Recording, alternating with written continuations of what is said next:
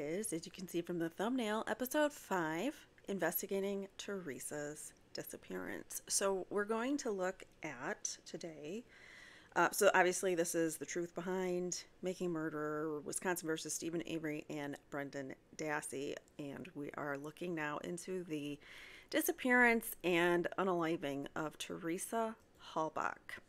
And in the last episode, we went over who Teresa is. I did a little kind of presentation.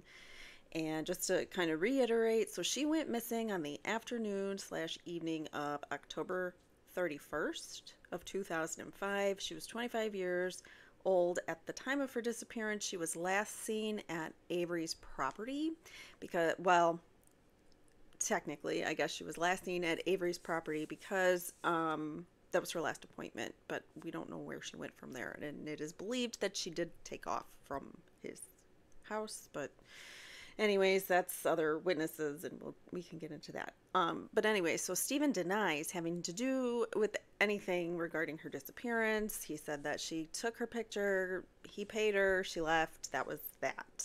She gave him a receipt. And that was the gist of their interaction. So we know that there were multiple searches on the property, at least an 8-day search by law enforcement, and the entire Avery family was forced off the property. Their entire ginormous lot of cars, I think it was like 5 acres or something like that. I don't know.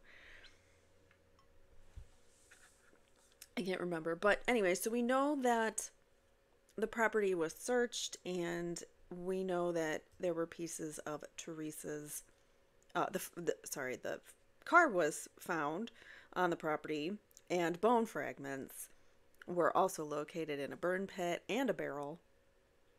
One of those was not even on Steven Avery's property.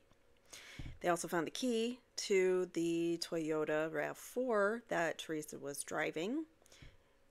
And the way that it was found is a little suspicious, and also there was no DNA other than Steven's. So why was Teresa's DNA not on there? And so there was also, they're saying BLOOD that was found on the inside the car that matches Steven's. So that's pretty much kind of where we left off. I did kind of give you a timeline of where things left, so if you missed that, here, I'm not going to go through it again, but I'll just leave it on the screen for a minute. So, as you know, she goes missing the 31st, and then Avery is convicted the following year in March, and then Brendan Dassey, the following month, he is convicted. So it happens very fast from the moment where Teresa goes missing to the time that Steven and Brendan are arrested, arraigned, have their trial, and get convicted by their jury trial. So that's a lot of, that's not a lot of time. The October to March, how do they know that they got everything? And usually investigations take a little longer than that just to get results back. But anyways, we'll get into that. As we read through, it's called the CASO Investigative Report. It is 1,000 pages long. I'm not going to read all 1,000. Last episode, we did go through, I'm going to bring this bigger. Okay, so last episode, we did go through Corporal Leslie Lemieux's her missing persons report. I'm going to pull these tabs over here because I'm using them. So, all right. So, that's not even full screen. There we go. All right. So we're going to continue on with the interviews of Karen Halbach and Thomas Halbach, so her parents, her roommate, and some additional people. And I'm going to skim through a lot of this. Like I said, it is a very long document, and I've got a lot of people's points that I, want to hit. So we're going to try to get through this. Not, I don't want to make it a 4-hour stream. So,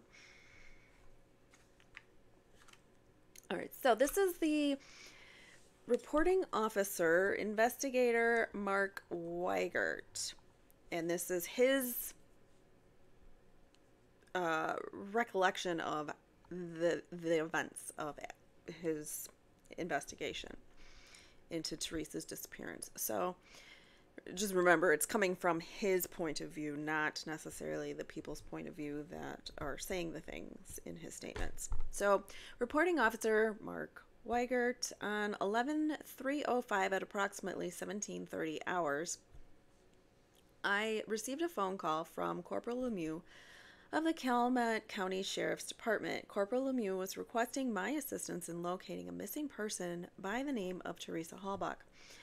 I requested that Corporal Lemieux respond to my office so I could speak with her in reference to this incident. When Corporal Lemieux arrived, she informed me that Teresa Halbach had been reported as missing by her mother, Karen. She also informed me that she had already spoken with Angela Schuster from the Auto Trader magazine, who gave her 3 names of appointments that Teresa was supposed to be at on Monday. So remember, the 31st, the day Teresa goes missing, is a Monday of 2005. So Corporal Lemieux gave me the names of Craig Sipple, B. Jonda, which is Barb Jonda, the sister of Steven Avery. So I'm going to actually, I put this on here just in case we needed to reference it, and here it is. So this is the Avery family tree.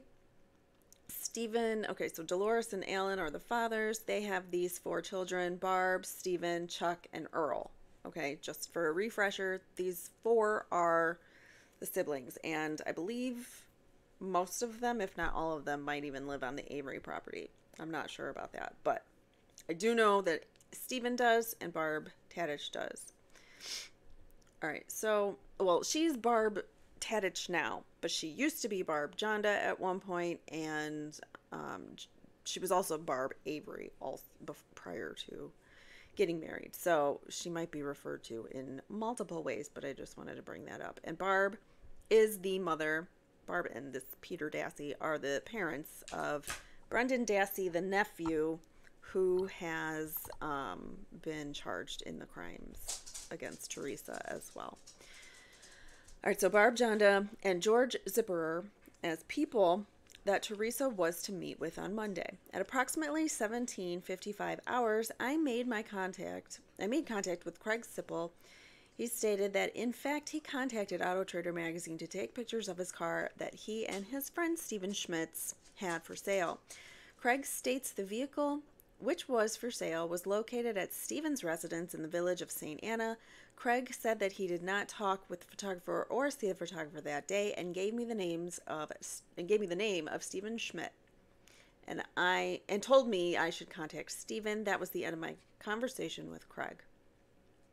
At approximately 1800 hours, I did make phone contact with Steven P. Schmitz. Steven states he and Craig have a car that they own together and were selling through the Auto Trader magazine. According to Steven, he received a phone call from Teresa Halbach at approximately 1:10 p.m. on Monday, the 31st. Steven told me Teresa arrived at the residence at on CTHA, which I believe is a street. There's a bunch of CTH references, and that must be the roads around there. Steven told me Teresa arrived at his residence between the hours of 1:30 p.m. and 1:45 p.m. This is Steven Schmidt, by the way, not Avery.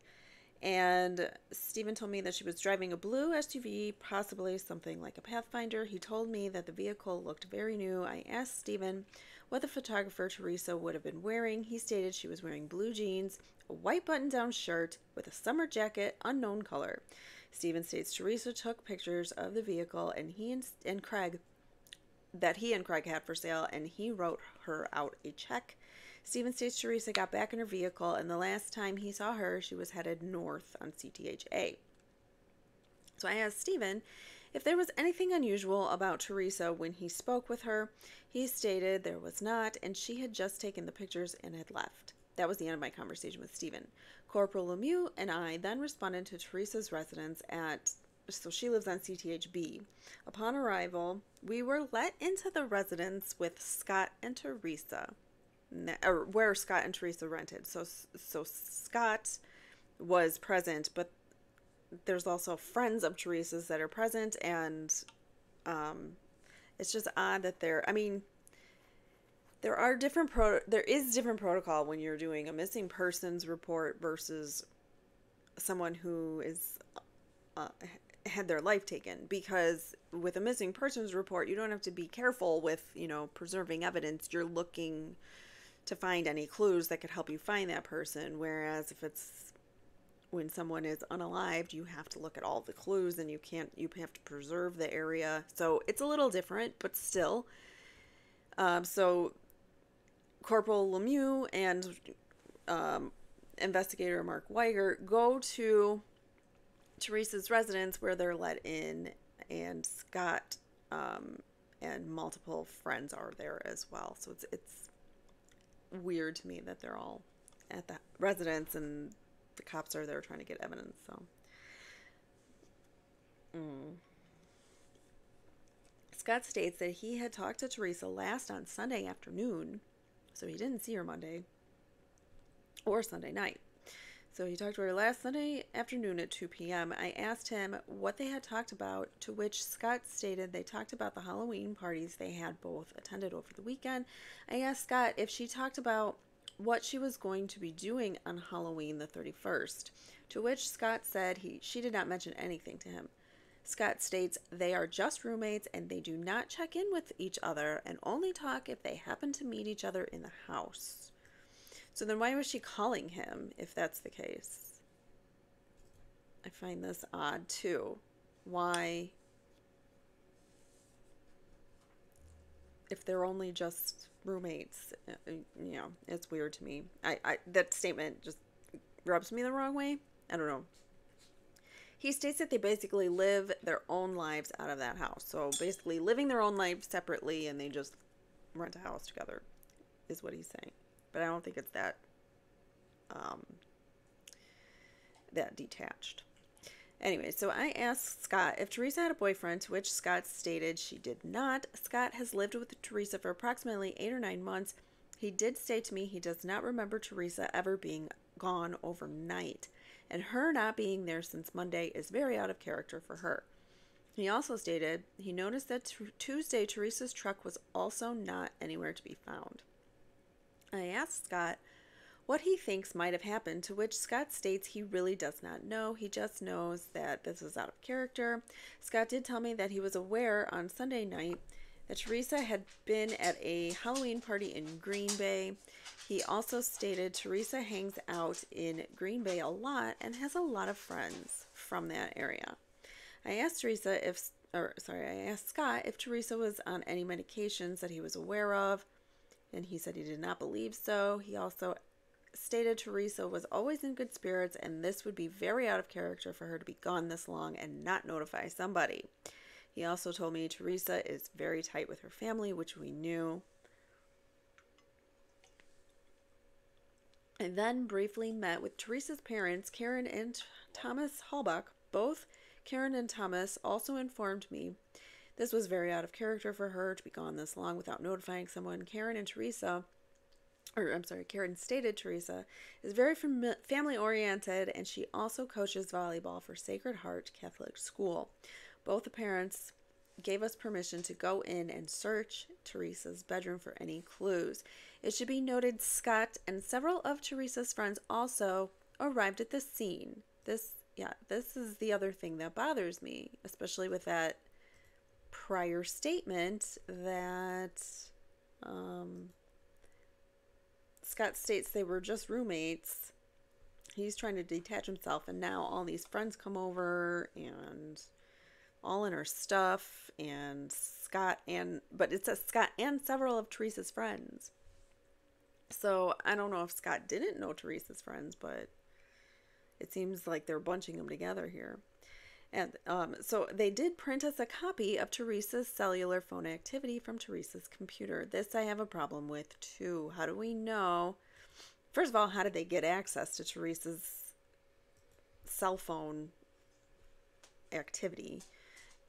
I'm sure there would have been maybe she had a saved password in her computer, potentially, but how did they get in the computer? Was the computer not protected? So I mean, maybe nothing was protected at the time. I don't know. It should be noted,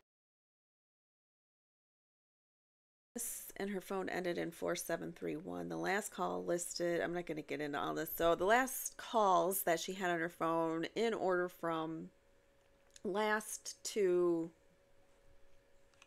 earlier in that day. So the very last phone call she had was to Auto Trader magazine. The second phone call was to her voicemail. Third phone call was to a Manitowoc number. It came back as George Zipperer, so that this Manitowoc number is George Zipperer, which was one of her clients for the day. The fourth to the last phone call was Stephen Schmitz. The fifth call was unknown. And then the sixth to the last call is also voicemail. So the seventh to the last call was Avery. So he wasn't even near the end of the call log for her. So she called him at 11:43 in the morning. So by the time she got there, she had already called all these other people. We were allowed to take several items from Teresa's residence by her roommate. We did take a current photograph, several credit card, banking statements, and personal journal. They took a hairbrush for DNA. At that time, I contacted the Manitowoc County Sheriff's Department. I spoke with Sergeant Colburn. I informed Sergeant Colburn we were investigating a missing persons complaint. I also informed him that we had two residences we would like to have checked, one being the Steven Avery property and the second one being the George Zipperer property. Sergeant Colburn indicated to me that he would go over and attempt contact with Mr. Avery. I also received a phone call from Manitowoc County Lieutenant Jim Lank. I informed him of the situation. Lieutenant Lank informed me that he would call some people in and assist. So they're getting more people in from another county to help them. At the time, I did contact Investigator Dettering, who went to Manitowoc County Sheriff's Department and then eventually met with George Zipperer. So we'll read his statement. He received a call back from Sergeant Colburn indicating that he in fact had spoken with Steven Avery. Sergeant Colburn informed me Steven had told him Teresa had shown up on Monday afternoon and took some pictures of his van that was for sale. He also informed me Steven was not sure on what day it was and did not know what time Teresa had shown up at his residence. Sergeant Colburn also informed me that B. Jonda information would be Steven's sister, Barbara Jonda, and she lived right next door to Steven, also on the property. And that was the end of his conversation. All right, so we're going to move on to the interview of Ryan Halbach, who was a boyfriend of Teresa's. According to reports, they dated throughout high school off and on, but he's still in her life.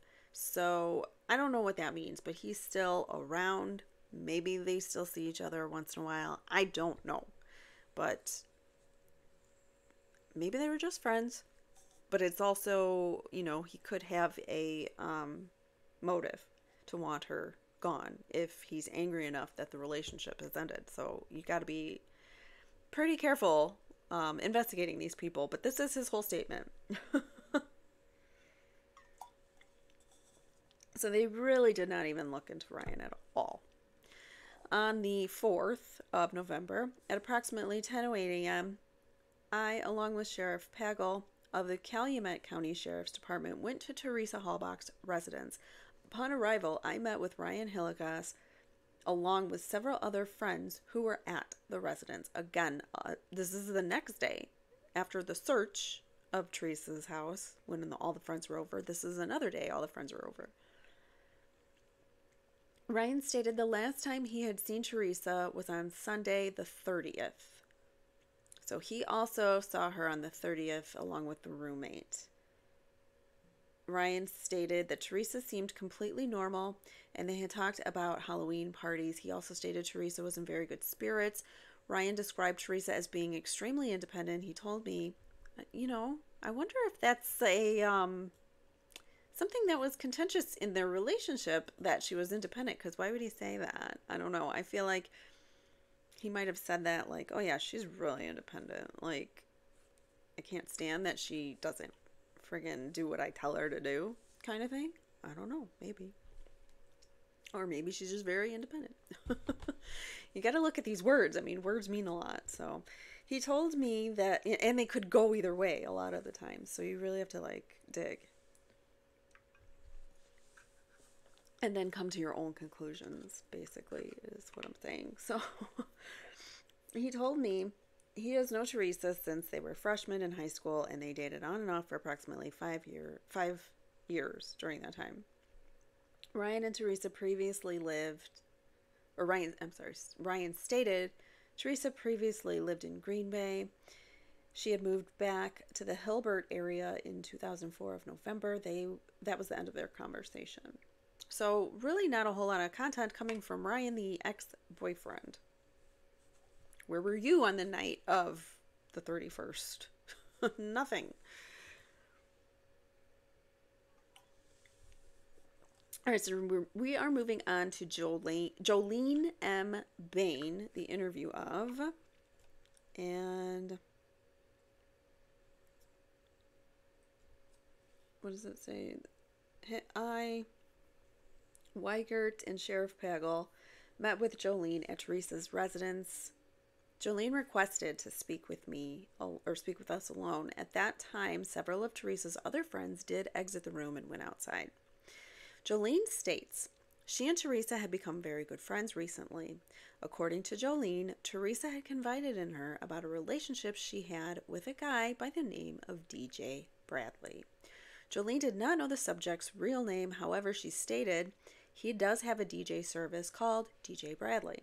Teresa had confided in Jolene that Teresa had taken nude photographs of Bradley and his wife at the time.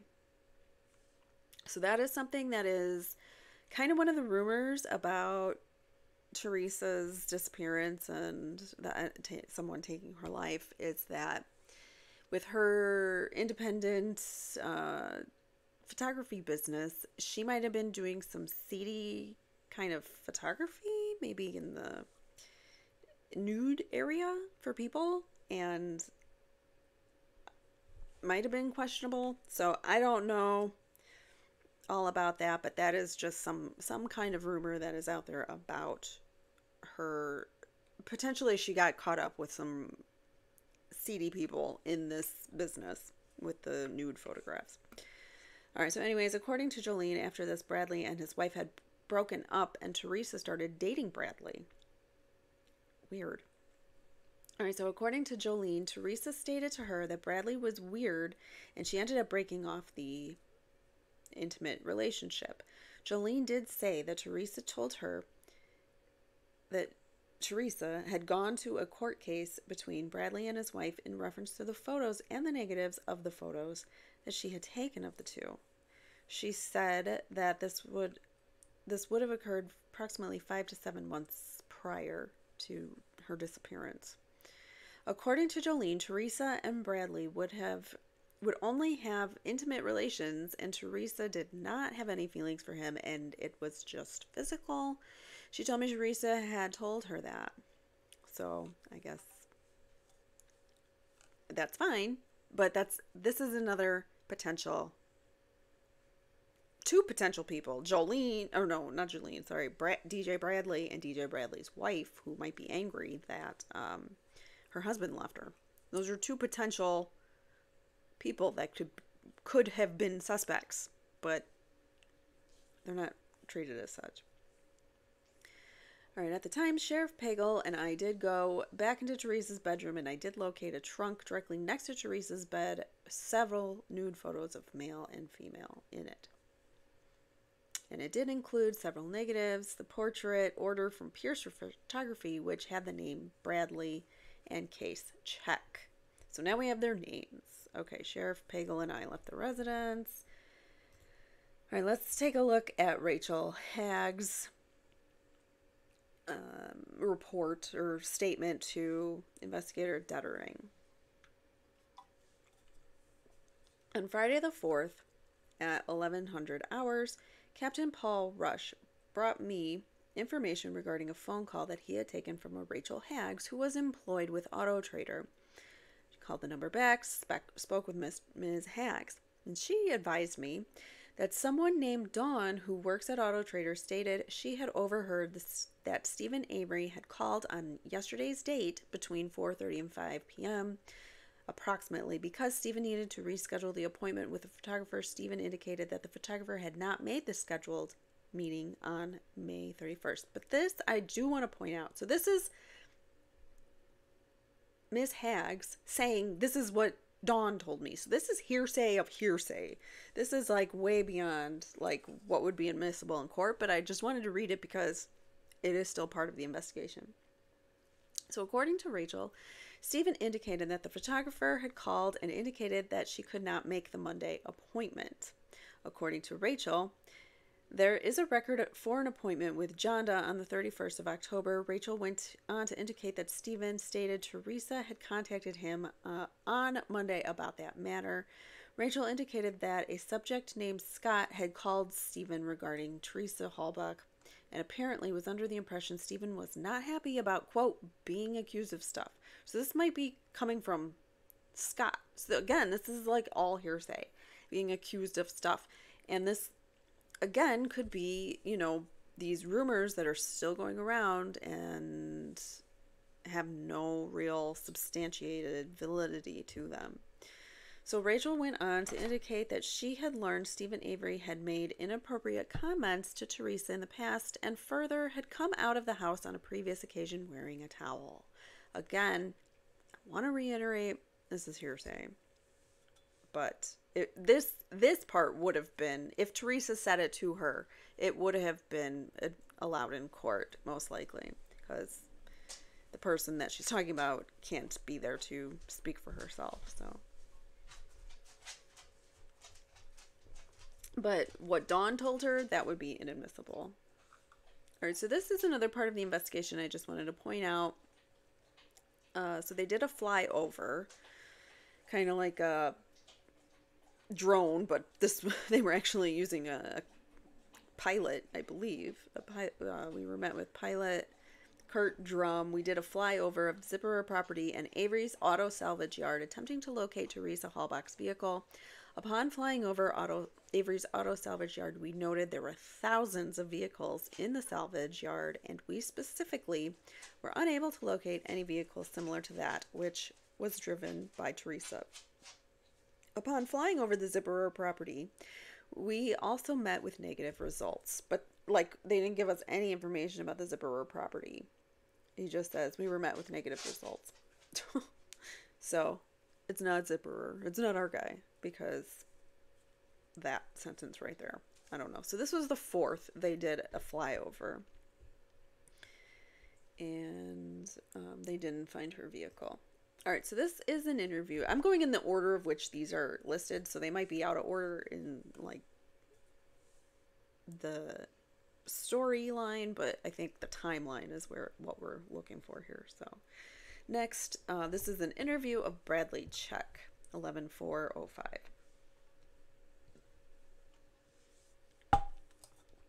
Office Stuttering interviewed him. Information had been developed that Bradley Check had been involved in a physical relationship with Teresa Halbach. Information developed that Mr. Check had possibly been calling Teresa Halbach after their relationship was terminated. So this is potentially he still wanted to be with her and she turned him down, and now he's angry. You know, I mean, this is a potential suspect other than Avery.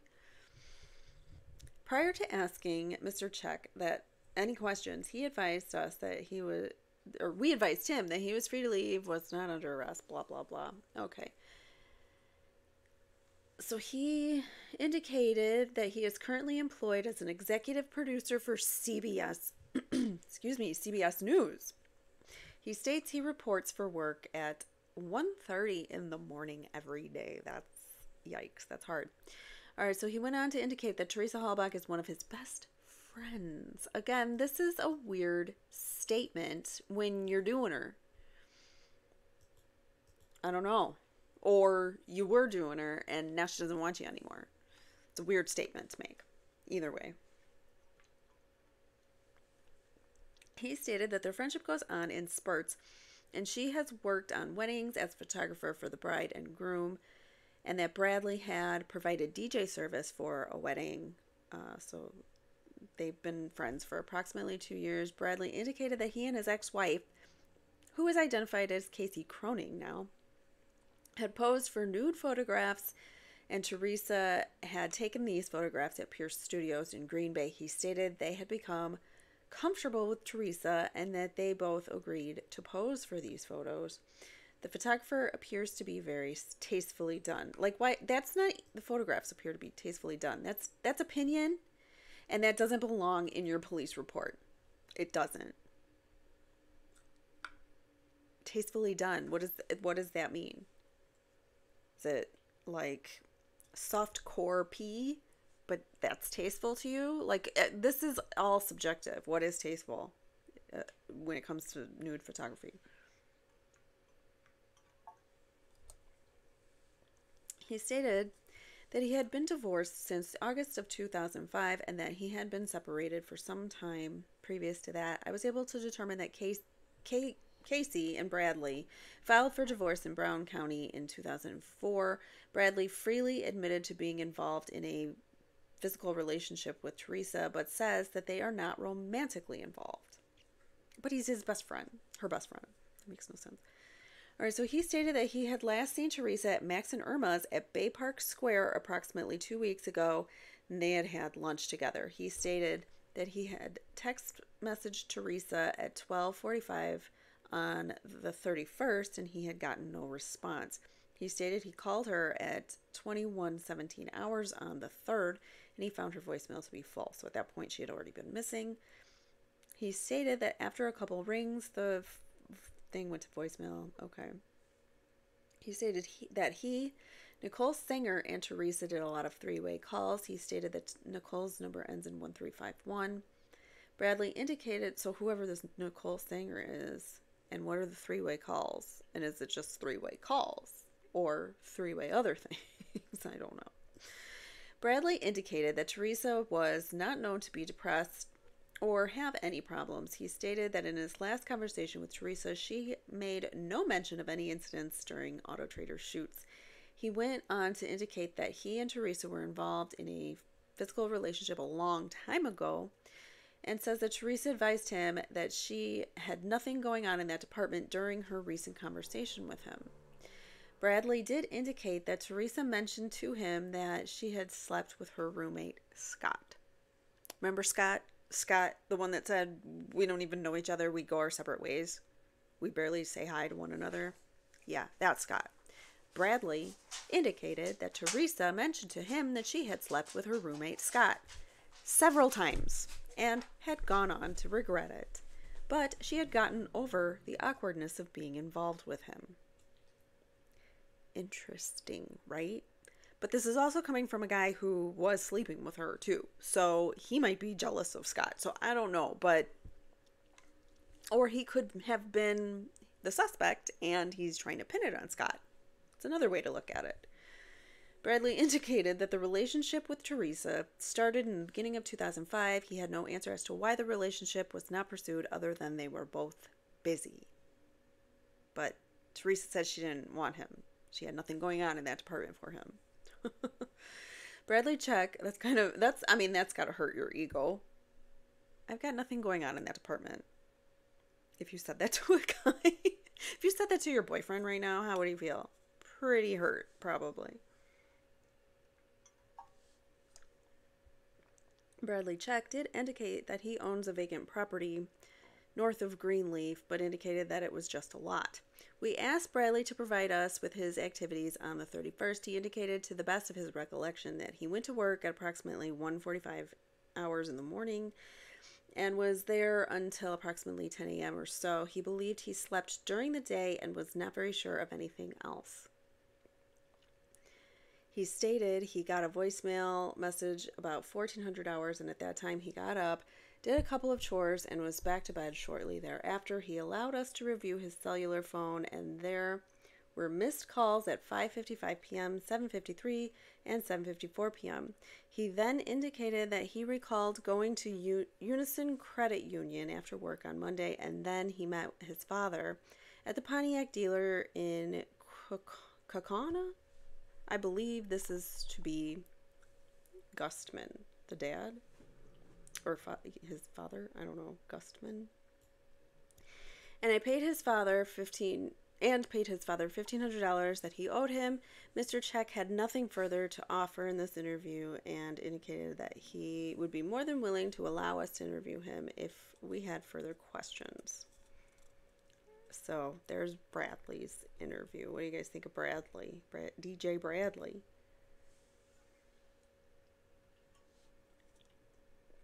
All right, so this is talking about a fax number that they were trying to determine a phone number in Teresa's call logs that ended in 1367, and this is basically just saying this number, they tested it for the fax machine in Teresa's house. This reflects the Teresa Halbach fax machine. They sent a text or a test to themselves, or to Teresa Halbach's fax machine in her home. It was just because it was a Manitowoc number or something. It was a different county's number, so they were unsure where it was coming from, so they had to verify. And that was her. That was her fax from her home. And she did send it to Auto Trader. And this comes into play because Teresa, normal protocol was Teresa would, hold on, I need to grab a link for something here. Teresa's normal protocol would be to send the magazine her, whatchamacallit,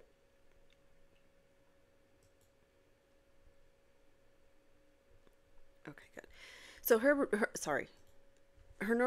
normal protocol would be to send her fax to Auto Trader at the end of her day. Once all of her appointments had been completed, she would send it as like a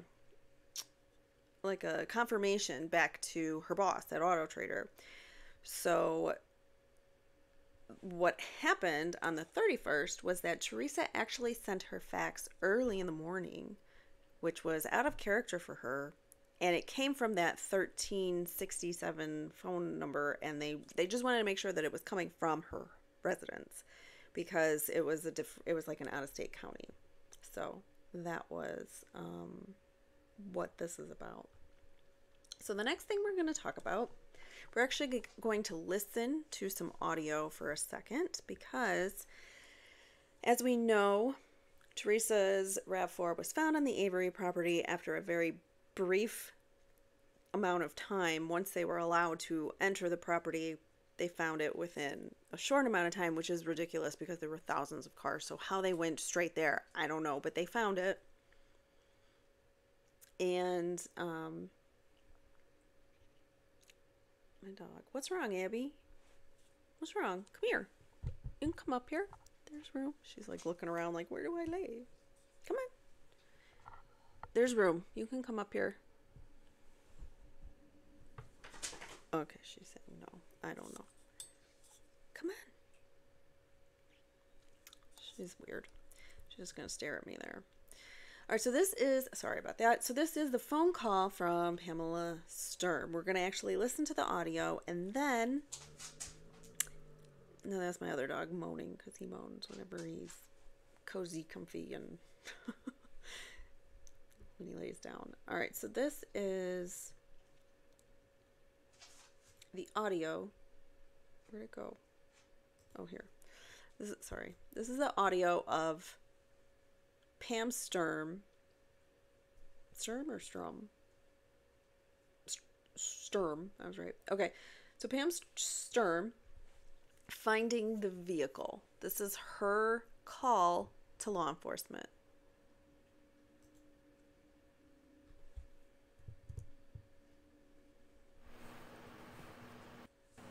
Dispatch, Okay, I talked to Mr. Pagel's answering service was on. Okay. Okay. Okay, we are at Avery Salvage. Okay. Okay, and we're searching for the vehicle. Right. For Teresa Halbach. We have found a RAV4. What color specifically was her RAV4? And do you have a VIN number? This vehicle is green. all... Okay, this... I don't know. This is like a 801. bluish green. Okay, do you have the ID number? Hold on. 801. Can you call dispatch right away? Do we have a VIN number? Okay, the VIN number. It's not on the side, Nick. Go on the other side.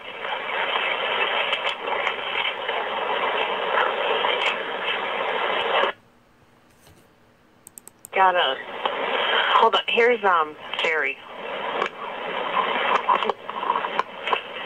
Hi, this is Sheriff Poggle. Oh, Sheriff.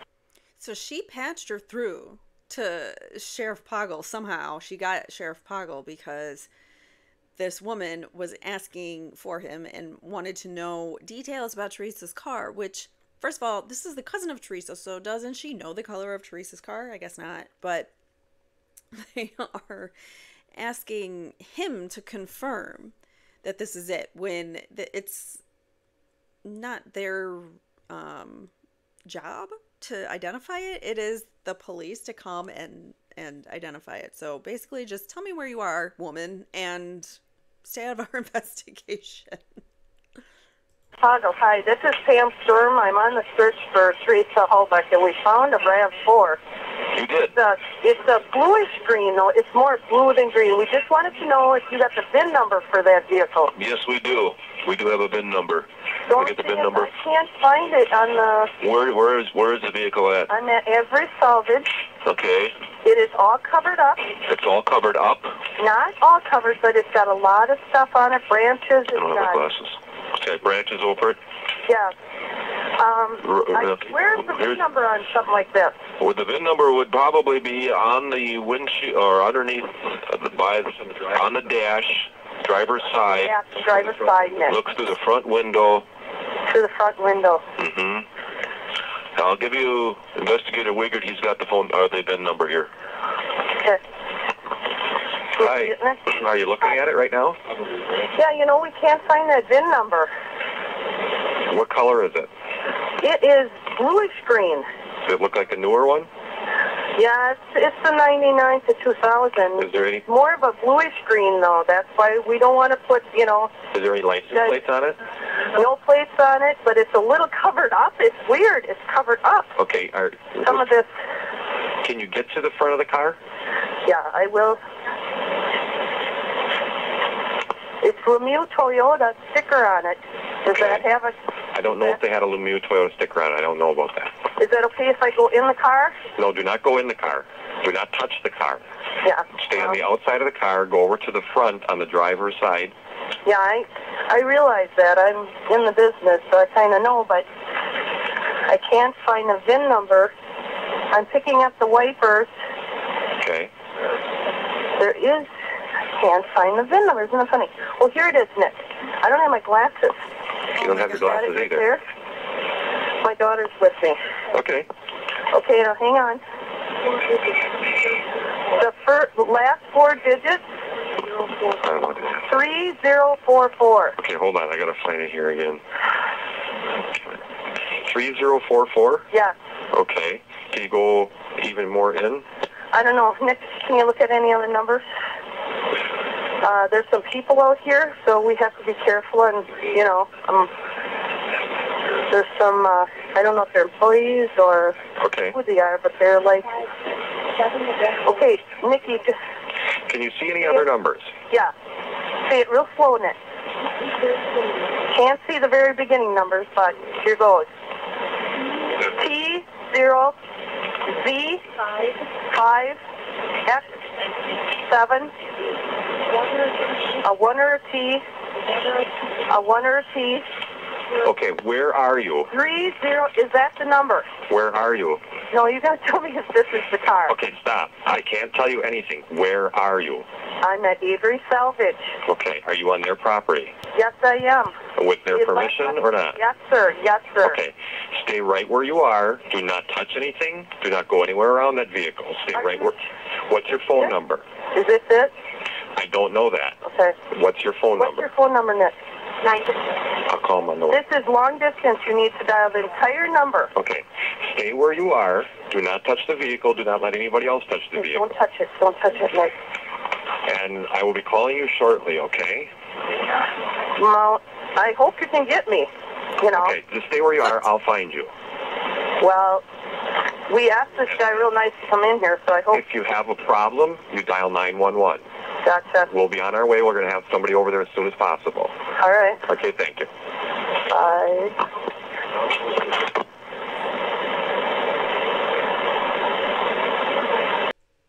All right, so that was the phone call. Isn't that weird? There's some weird parts about that. What is she talking about? There's people here? Employees? Like watching you? Yeah? Because you're on the Avery property, probably. I don't know. What is she talking about? And then they can see the VIN number. I mean, obviously it is covered up, so it could be difficult, but like all those pieces of branches and everything, the plywood, I bet you that's all evidence and could have DNA on there, and I bet you none of it was tested. Anyways, let's go back to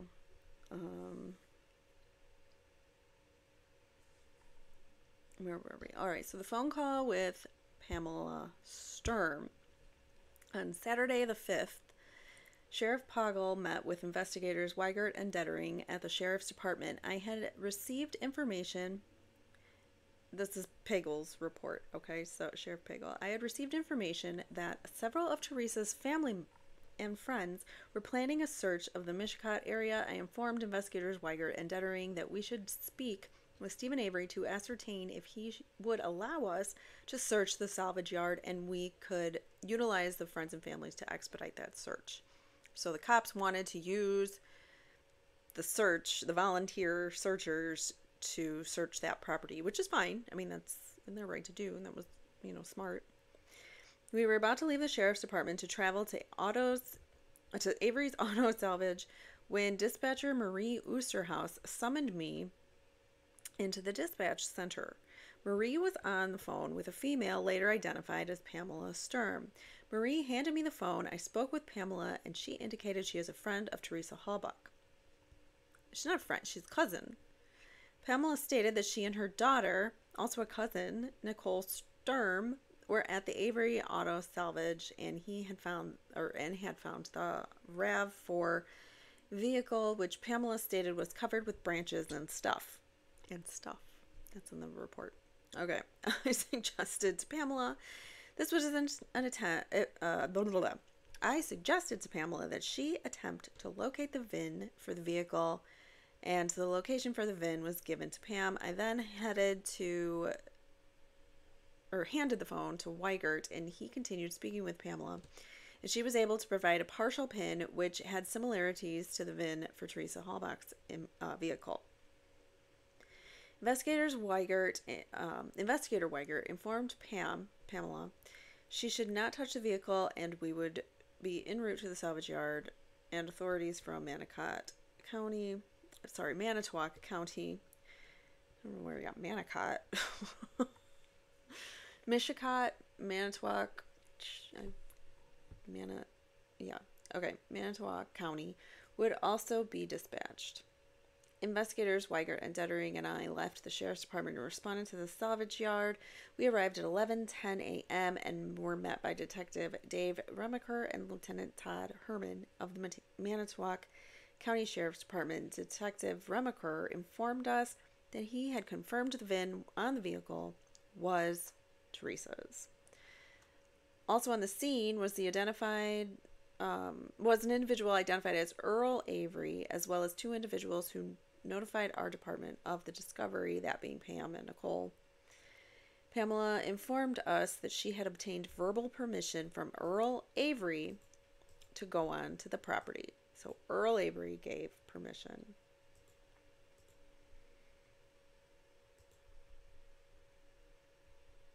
Shortly after our arrival, Deputy Inspector Greg Shetter of the Manitowoc County Sheriff's Department also arrived on scene. Shetter informed me that the Manitowoc County Sheriff's Department is currently involved in a $36 million lawsuit with Steven Avery. So Sheriff Pagel knows.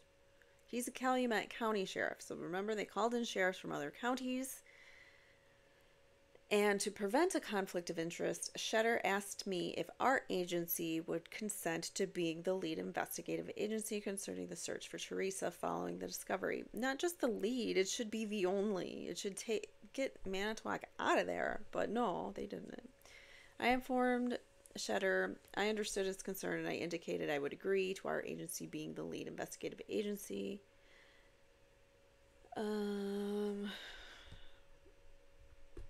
Nothing else really important there. So here's a follow-up with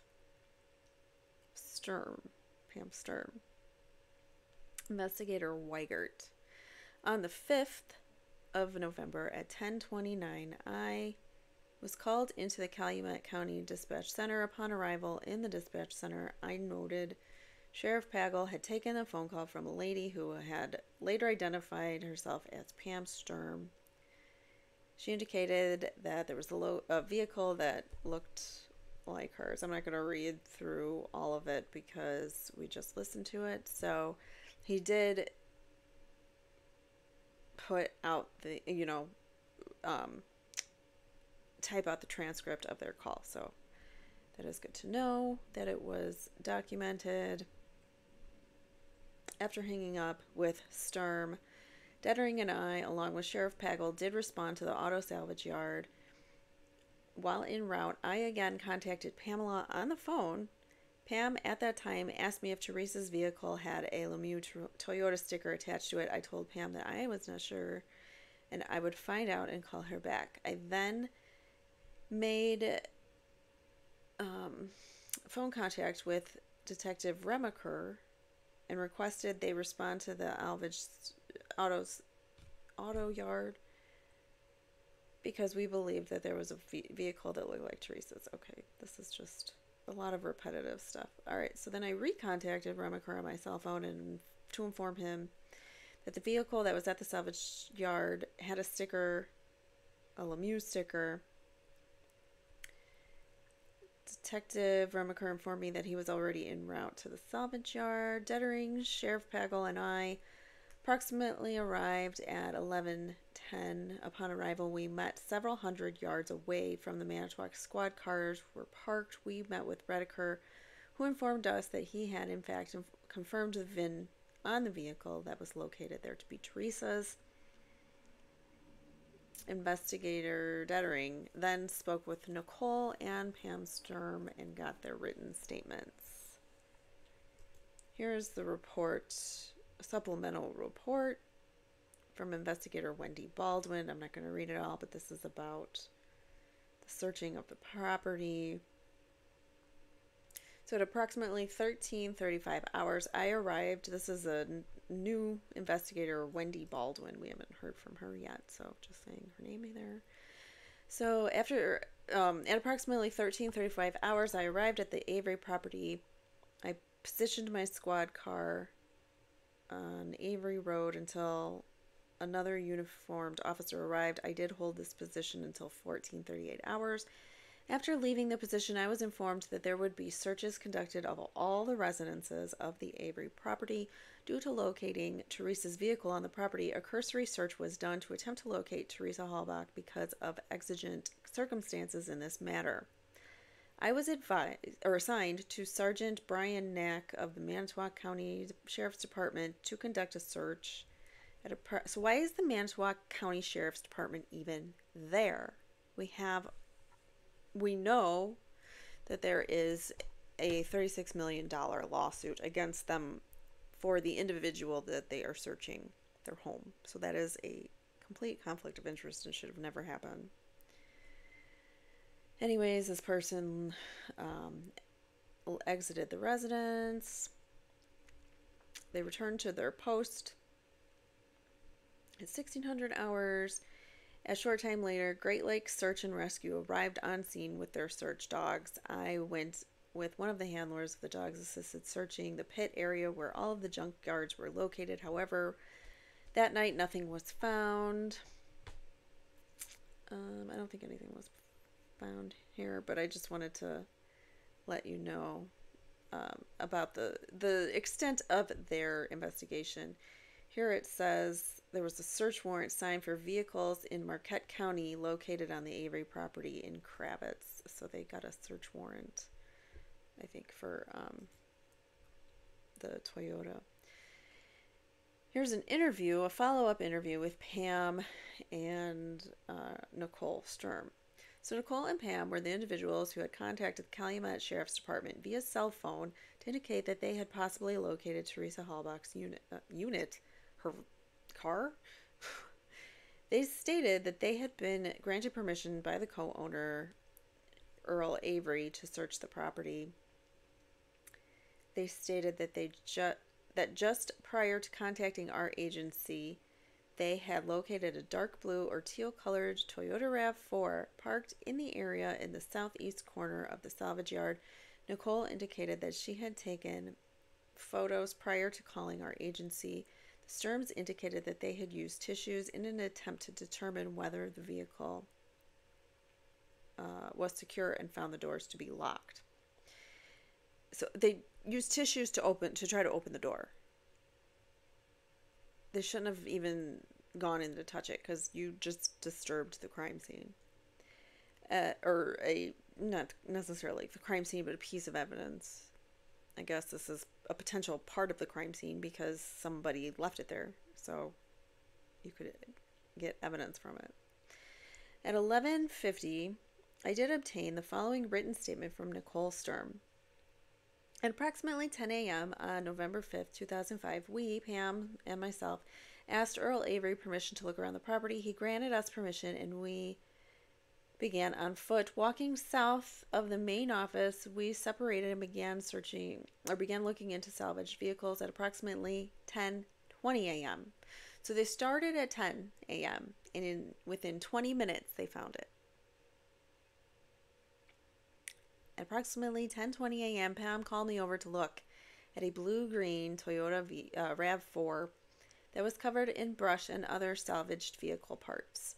Pam immediately called dispatch to help identify the vehicle. I took pictures with a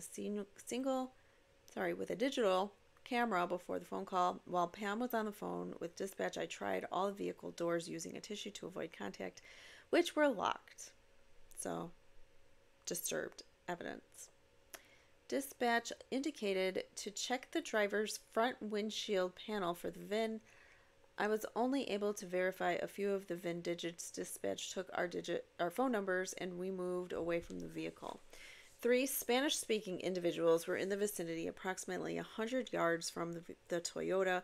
We awaited arrival of Manitowoc PD and remained about 1,000 feet from the vehicle, but keeping in a constant visual contact. So there were 3 Spanish-speaking individuals that were in the vicinity. So that might have been the people. So I don't know who they were or what they were doing. This statement was signed by Nicole Sturm in my presence at 12 noon on the 5th. I also obtained the following written statement from Pam Sturm. Today's date is November 5th, 2005. At approximately 10 a.m., I, Pam Sturm, and my daughter obtained permission from Earl Avery to search the salvage yard for Teresa Halbach's missing RAV4. We searched several vehicles inside and out. I found a RAV4 Toyota in the back quarry at 10:20 a.m. 20 minutes in to your search. That's so suspicious to me. I called over to my daughter, Nicole, to read the VIN number. She took some digital pictures quickly in case we were told to leave. No license plates were on vehicle. I called Sheriff Pagel to report the vehicle. We read VIN number to Pagel. He told us to stay away from the vehicle and wait for police to arrive. 3 men dressed in old clothing walking around while we were searching. They all talked Spanish. Inside the vehicle were plastic soda bottles. Okay. That was Pam Sturm's statement. Let's move on to Earl Avery's statement. Earl Avery, brother of... That I did put that on the screen while we were talking. So that was the condition in which it was found. Let's go back to our family tree. Zoom out a little bit here. So we are now talking to Earl Avery. Earl Avery gave permission to search the property. On 11/5/05 at approximately 12:40 hours, I met with Earl Avery in Investigator Dettering's unlocked squad car. I informed Earl that he was not under arrest at the time and he could stop answering questions if he wished to do so. Earl agreed to speak with me at that time. I asked Earl who owns the salvage property, to which Earl stated his mom, Dolores, actually would own the property and took it over from his grandparents. So Dolores is the property owner. Earl states he works there every weekday from 8 a.m. to 5 p.m. and then every other Saturday. Earl said that it was pretty much a normal week, except for on Thursday the 3rd, he and his brother, Steven Avery, went to an automobile insurance auction, what he believes was Colosso Drive in Appleton. According to Earl, Steven picked him up at his house at approximately 6:30 on the 3rd. He states they got back around 3 p.m. I asked Earl if he had stopped anywhere else on that day, to which Earl stated they stopped at a couple of places on the way. One of the places was a Firestone tire business, which he described as being around the city of Des-Pierre? I don't know. He also stated they stopped at Smitty's Salvage and Supply Yard after leaving the Firestone place, which is located in the Green Bay area. Earl told me after leaving Smitty's, they went to a place called Harbor Freight and bought some tools, which is just down from Smitty's Salvage Yard. After leaving Harbor Freight, they stopped in the village of Denmark at a restaurant, which is just off of I-43. Earl told me they left at approximately 2:30 p.m. When they arrived at the Mishkat area, Steven dropped Earl off at home. Earl then changed into his work pants and then came back to work. He states he got back to work at approximately 3:15 until approximately 5 p.m. At that time, I asked Earl to go back to the beginning of the week so he could tell me what he had done. Earl stated that on Monday, the 31st, he was doing cars. I asked him what he meant by that, to which Earl states that he would cut the motors and transmissions out of the cars. Earl then stated either Monday, Tuesday, or Wednesday. He was not sure of the day. He and a friend of his by the name of Robert Fabian had taken his mother's golf cart and took a ride. He stated they went down a lane at 3:30 p.m. in the afternoon. He states the lane is where we would have found Teresa's vehicle. He states when they drove down the lane with the golf truck, the SUV was not there. Teresa's SUV was not there, so that would have been whatever day that was. He says Monday, Tuesday, or Wednesday. So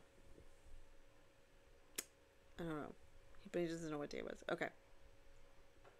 I asked him again if he could be more clear on the day, and he said it might have been Tuesday, but he does not know. So if he took the dude's car on, or the dude, what's his name, Robert Fabian, if you took Fabian for a ride in the golf car and that SUV was not there the following day after Teresa went missing, then somebody came back to the property and planted it there. Maybe to make Steven look guilty. Perhaps. Or make someone look guilty. One of the Averys, somebody. Pin it on anybody else but them. On Tuesday, Earl states he again was working on cars, removing the motors and transmissions, but would not have been anywhere near where the truck would have been parked. I asked Earl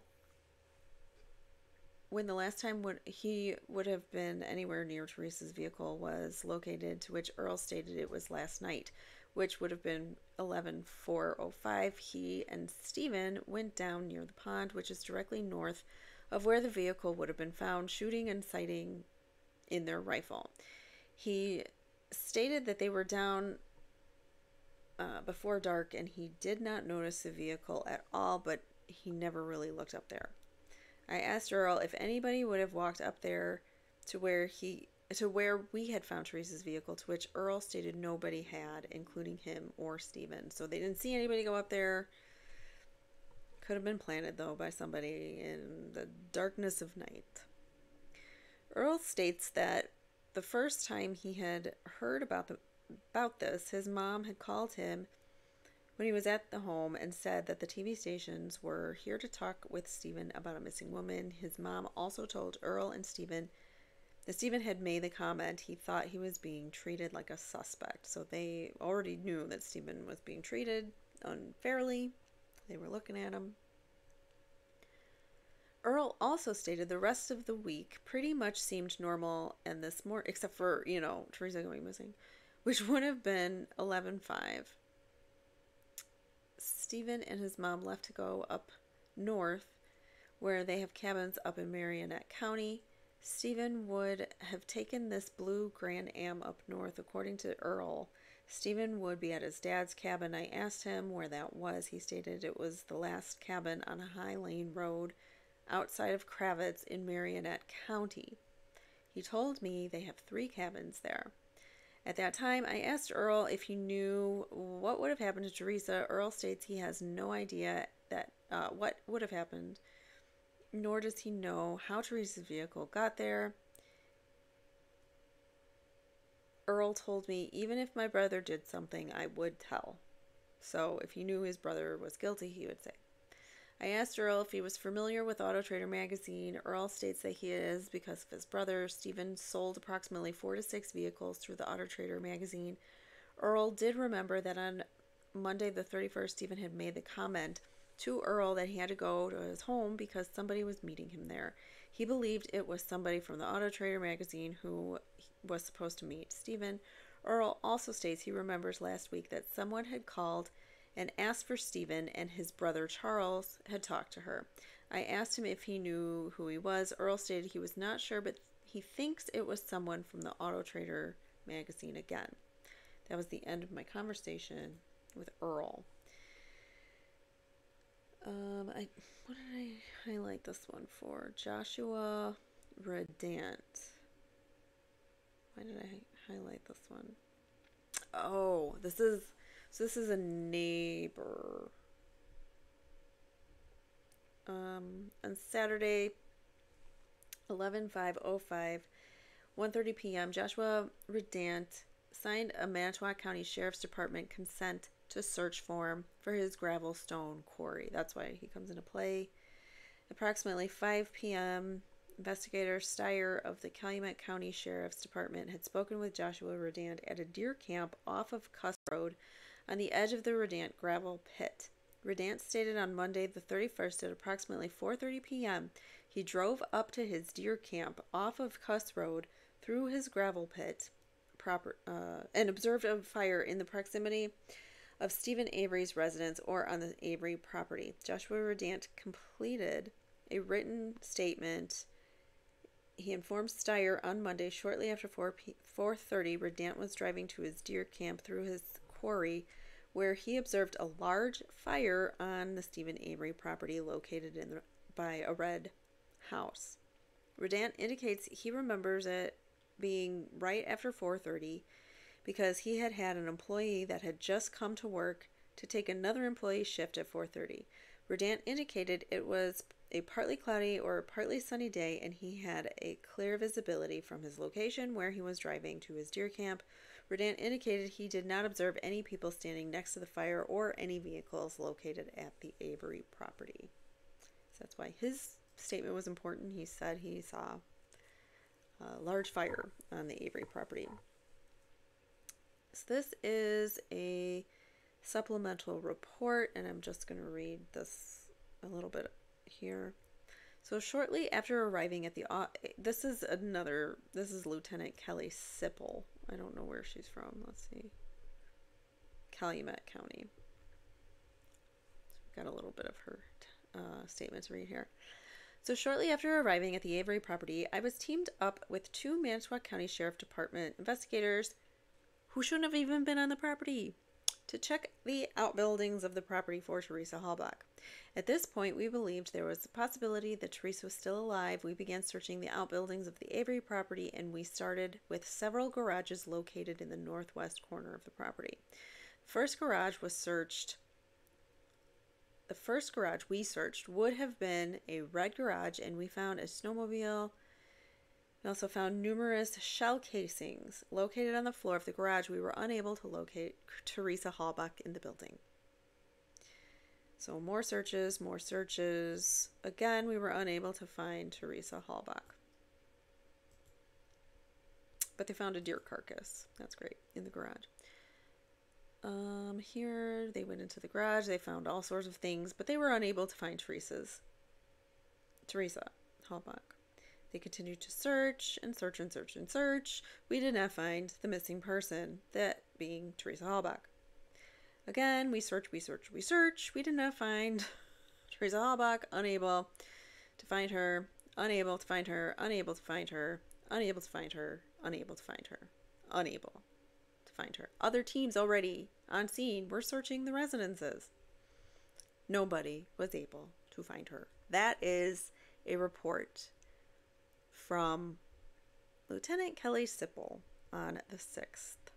So they searched that property and she was nowhere to be found. Here is conversations with Detective Lieutenant James Link. Link indicated that a member of the, and this is coming from Dettering, Link indicated that a member of the Manitowoc County Sheriff's Department had contact with Steven Avery's fiancée, identified as Jody Stachowski. Jody told the individual from law enforcement she spoke with that in telephone conversations she had with Steven Avery, Steven told her that Bobby Dassey had contact with with Teresa Halbach, and after Steven did. Let me read that again. So Jody told the law enforcement officer that the telephone conversation she had with Steven Avery, Steven told her that Bobby Dassey had contact with Teresa after Steven did. So that day, on the 31st, Steven told Jody, his fiancée, that Bobby had contact after Steven did with Teresa, which is also something that comes into play in some of Kathleen Zellner's theories. When she pieces together what she believes happened, there are theories on Bobby, there are theories on other family members. It's a very convoluted and complex case, and we're not even going to get to all of it, so I'm sure I'm not going to do it justice because there's so much. But anyways, it should be noted that Jody is currently housed at the Manitowoc jail. She got a DUI, so she did some time for a DUI.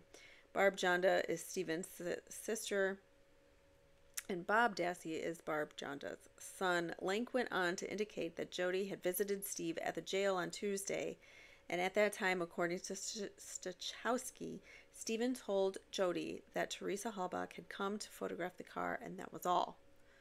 So Jody, the fiancée, is corroborating things that Steven said to the police.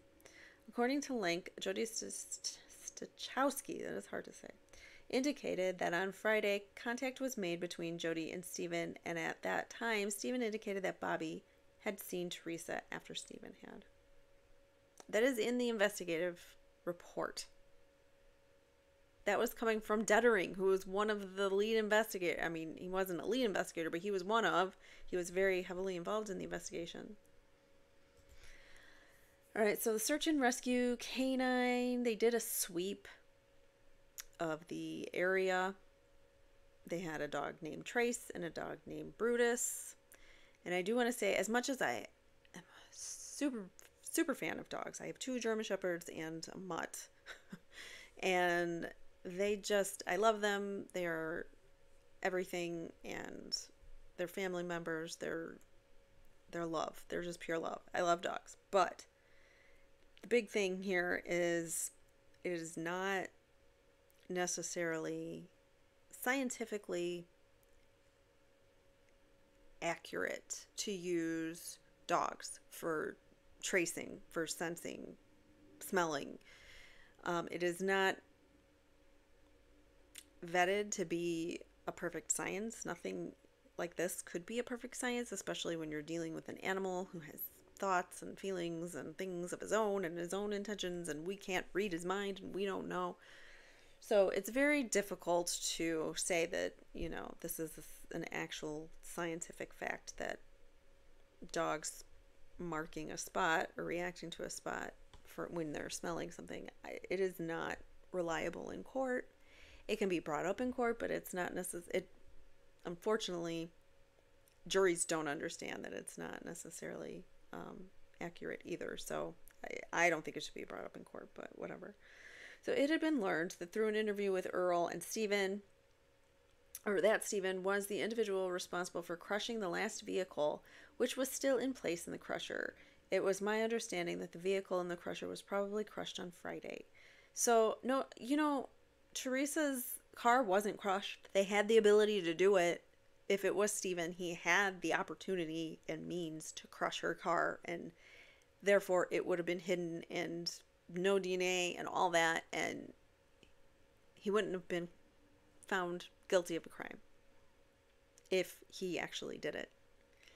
He had the possibility to crush it and he didn't. So what does that tell you? He didn't even know it was there. Julie Kramer and her dog Brutus checked the vicinity around the crusher as well as the inside of the crusher. Brutus did not react in any way to any material on the crusher. So Teresa Halbach herself was not crushed. It should be noted that I was advised by Julie Kramer that Brutus is a cadaver dog and will only react to human remains and human BLOOD. Brutus made an abrupt left turn. So now we're talking about Brutus.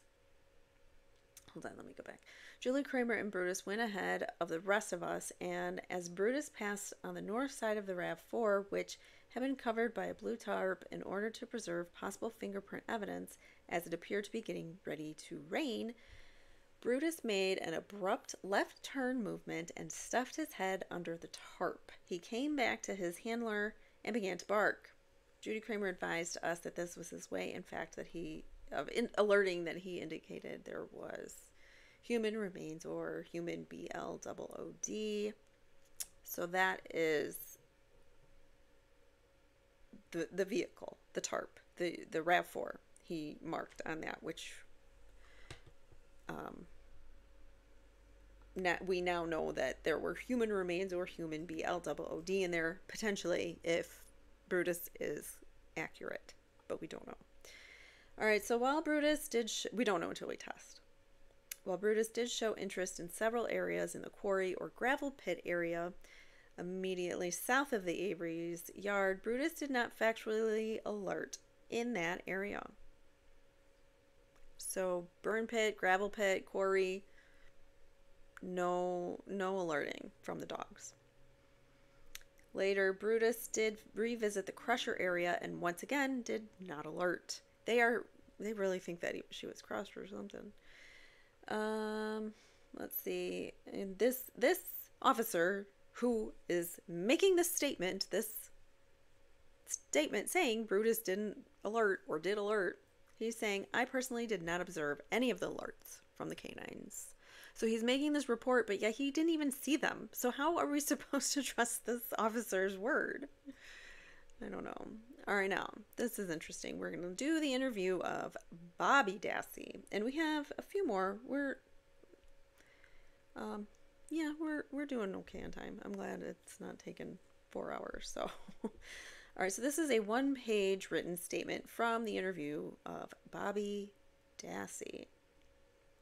Prior to asking Bobby any questions, he was advised that he was free to leave. So let's look at here. This is Bobby. Just for a quick, you can zoom in for his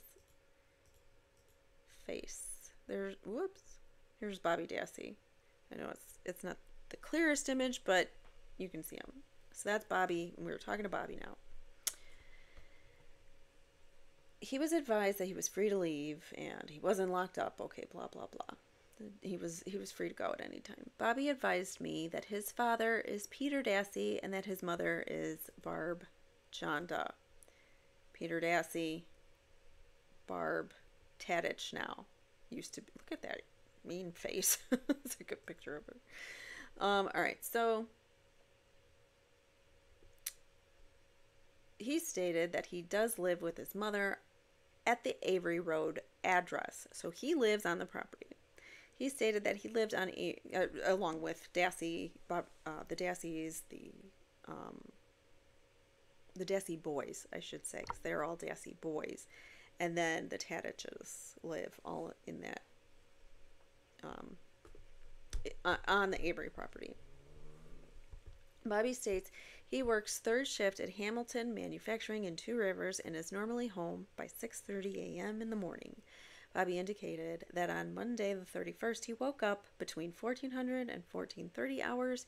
He stated that he looked out his family's mobile home window and observed a little SUV, which he described as being either teal or blue in color. He stated he observed the vehicle stop and a female exit the unit and photograph a maroon van, which was his mother's, that she was attempting to sell. He stated that after the photographer had finished photographing the van, he observed her walking towards the residence of Steven Avery. The residence is located immediately west of Dassey's home. He stated that she was seen walking towards the porch, and he stated the photographer spent approximately 5 minutes photographing the vehicle. Bobby stated that he left for deer bow hunting at approximately 14:45 to 1500. So what is that? 3:30 to 4, 5? I don't know. I forget my military times. Some of them. No, that's 2:45 to 3 o'clock. Yeah, 2:45 to 3 o'clock. He stated that the teal vehicle was still there when he left. He stated that he arrived home when it was dark out or shortly thereafter. He did estimate that the time was 16:45. He stated that when he arrived home, the blue teal colored SUV was gone. So Bobby noticed the vehicle out of his window after he woke up, and then shortly thereafter leaves to go deer bow hunting. And when he gets back, the car's gone. Bobby was asked to describe the female who he saw walking towards Steve's porch. He described her as being skinny with brownish hair and wearing a dark-colored waist-length coat. He indicated he did not know if she was wearing glasses, and he did not know what kind of trousers she was wearing. Bobby indicated when he came out of his residence to go to his truck, he did not see the lady. Bobby stated that it was his understanding that the lady had been to Avery's property 4 to 5 different times in the past 12 months to photograph units that Steve wished to sell in the Auto Trader magazine.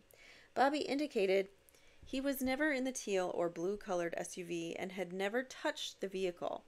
Bobby stated that his vantage point of the vehicle and the young lady was from his mother's mobile home, which he estimated to be about 60 yards from where the van was parked.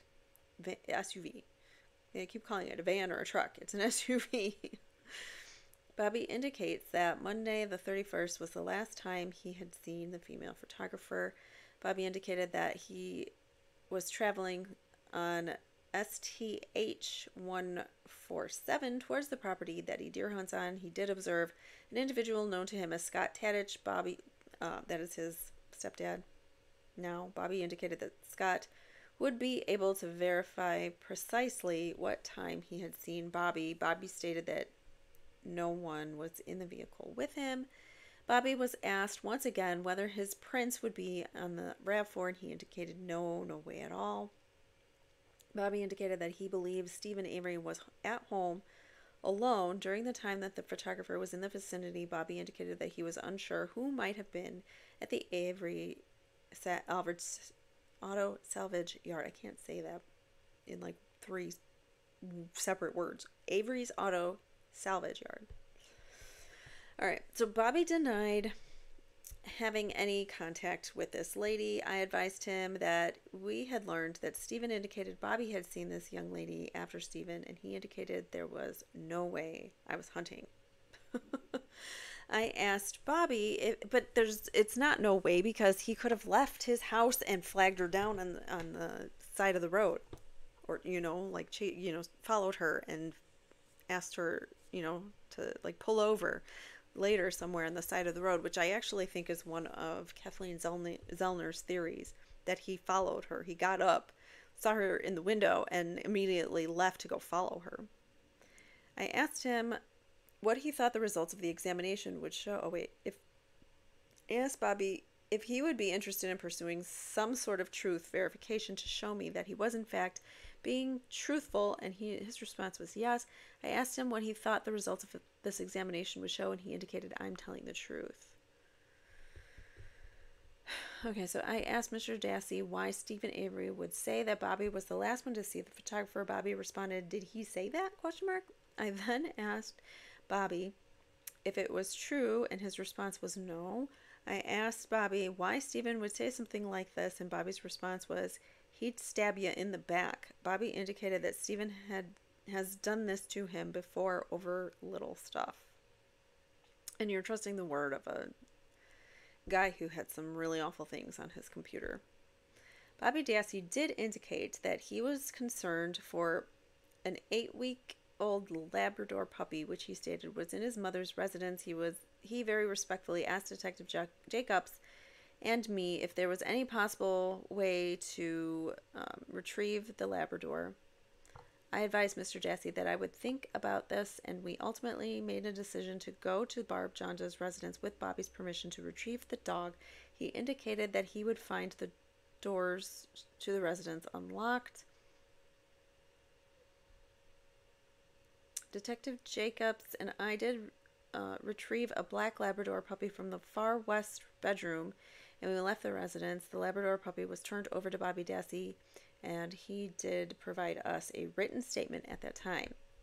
And it goes like this. On Monday, the 31st of October in 2005, at about 2:15 to 2:30 p.m., I got up to go deer hunting. He got up, like that's the time he woke up in the morning, quote unquote. Morning. I took a shower. I got dressed for bow hunting and noticed someone coming down the driveway. She stopped in front of my mom's maroon van that Steve is trying to sell for my mom. I watched her take pictures of the van. So he watched her for 5 minutes, according to this. Like he was just watching her take pictures. She got done with that and started to walk towards Steven's house. I grabbed my bow, got into my blazer, and left. I didn't see the lady who took the pictures when I left. The SUV, a teal-colored, possibly a Honda, was there when I left. You're in cars, like you should know the car. He's saying it wasn't there. She had shoulder-length brown hair. It looked darker to me. She was wearing a dark waist-length jacket. She was skinny. About 3 or 4 minutes went by between the time that I got my jacket and the time that I got into my truck. I dictated this statement to investigator Dietering. I have read the statement and initialed it, blah, blah, blah. Okay, so that's Bobby Dassey's statement. Let's check on Jason Zipperer. Remember, this is another client, and they've got this family's a little bit odd. So Jason is the son, I believe, of Joe Ellen and George Zipperer. So here's Jason. On Saturday the 5th, Detective Jacobs and I, Dettering, did make contact with Jason Zipperer, previously mentioned in this report. Prior to asking Mr. Zipperer any questions, I did advise him he was free, blah, blah, blah. He understood and wished to speak with me. I asked Jason if he or anyone in his family knows the Averys. He stated he does not personally know the Averys and further does not know where the salvage operation is located. He stated that his father does not know the Avery family and that the Zipperer family does not do business with the Avery family. I asked Jason as to where his father was on Monday. Jason indicated that his father might have been on a, quote, big roof job off 8th Street in downtown Manitowoc, Bobby indicated that he was 90% sure of this, as his father had been working on this particular job for approximately 2 weeks. I terminated my contact with Jason Zipperer. What about Jason? What was he doing on the 31st? You didn't even ask him. You didn't even ask him if he had any contact with the photographer, with Teresa. You asked him nothing regarding the case other than, does he know the Averys? Who cares if he knows the Averys? All right, contact with George Zipperer. On Sunday the 6th at 8:21 hours, I, Dettering, assisted by Detective Jacobs, did make contact with George Zipperer. Prior to asking Zipperer any questions, I advised him he was free to go, blah, blah, blah. I asked George if he had ever done business with the Avery's auto salvage operation. His response was, hell no, I don't even know them. Okay, so it's like nobody wants to know or claim to know these people. They're not up and up in society, you know. They are looked down upon in this town by many people, including law enforcement and neighbors and family members that go around creating rumors. I don't know. So he says, we don't know them. Hell no, I don't even know them. I asked him if he had ever been at the Avery business, and he responded no. I asked him if he was in any way related or close friends with the Averys. He said no. George Zipperer indicated that on Monday the 31st, Belaban real estate offices near the intersection of 11th and Marshall in the city of Manitowoc. He stated that he was on a job site from 8 a.m. approximately until 5 p.m. He stated that he never left the job site and has witnesses that can verify that. So here is, he indicated that a female photographer had called the residence previously and was told by George not to come to the property. He did not recall when the conversation had taken place. And remember, he was screaming, I don't want this auto trader person. They're here. I want them arrested. They're trespassing on my property. So George, I don't think is all there entirely. I did take the following statement. On Monday the 31st, I was on a job at Marshall Street between 10th and 11th in Manitowoc. I got there at 8 a.m.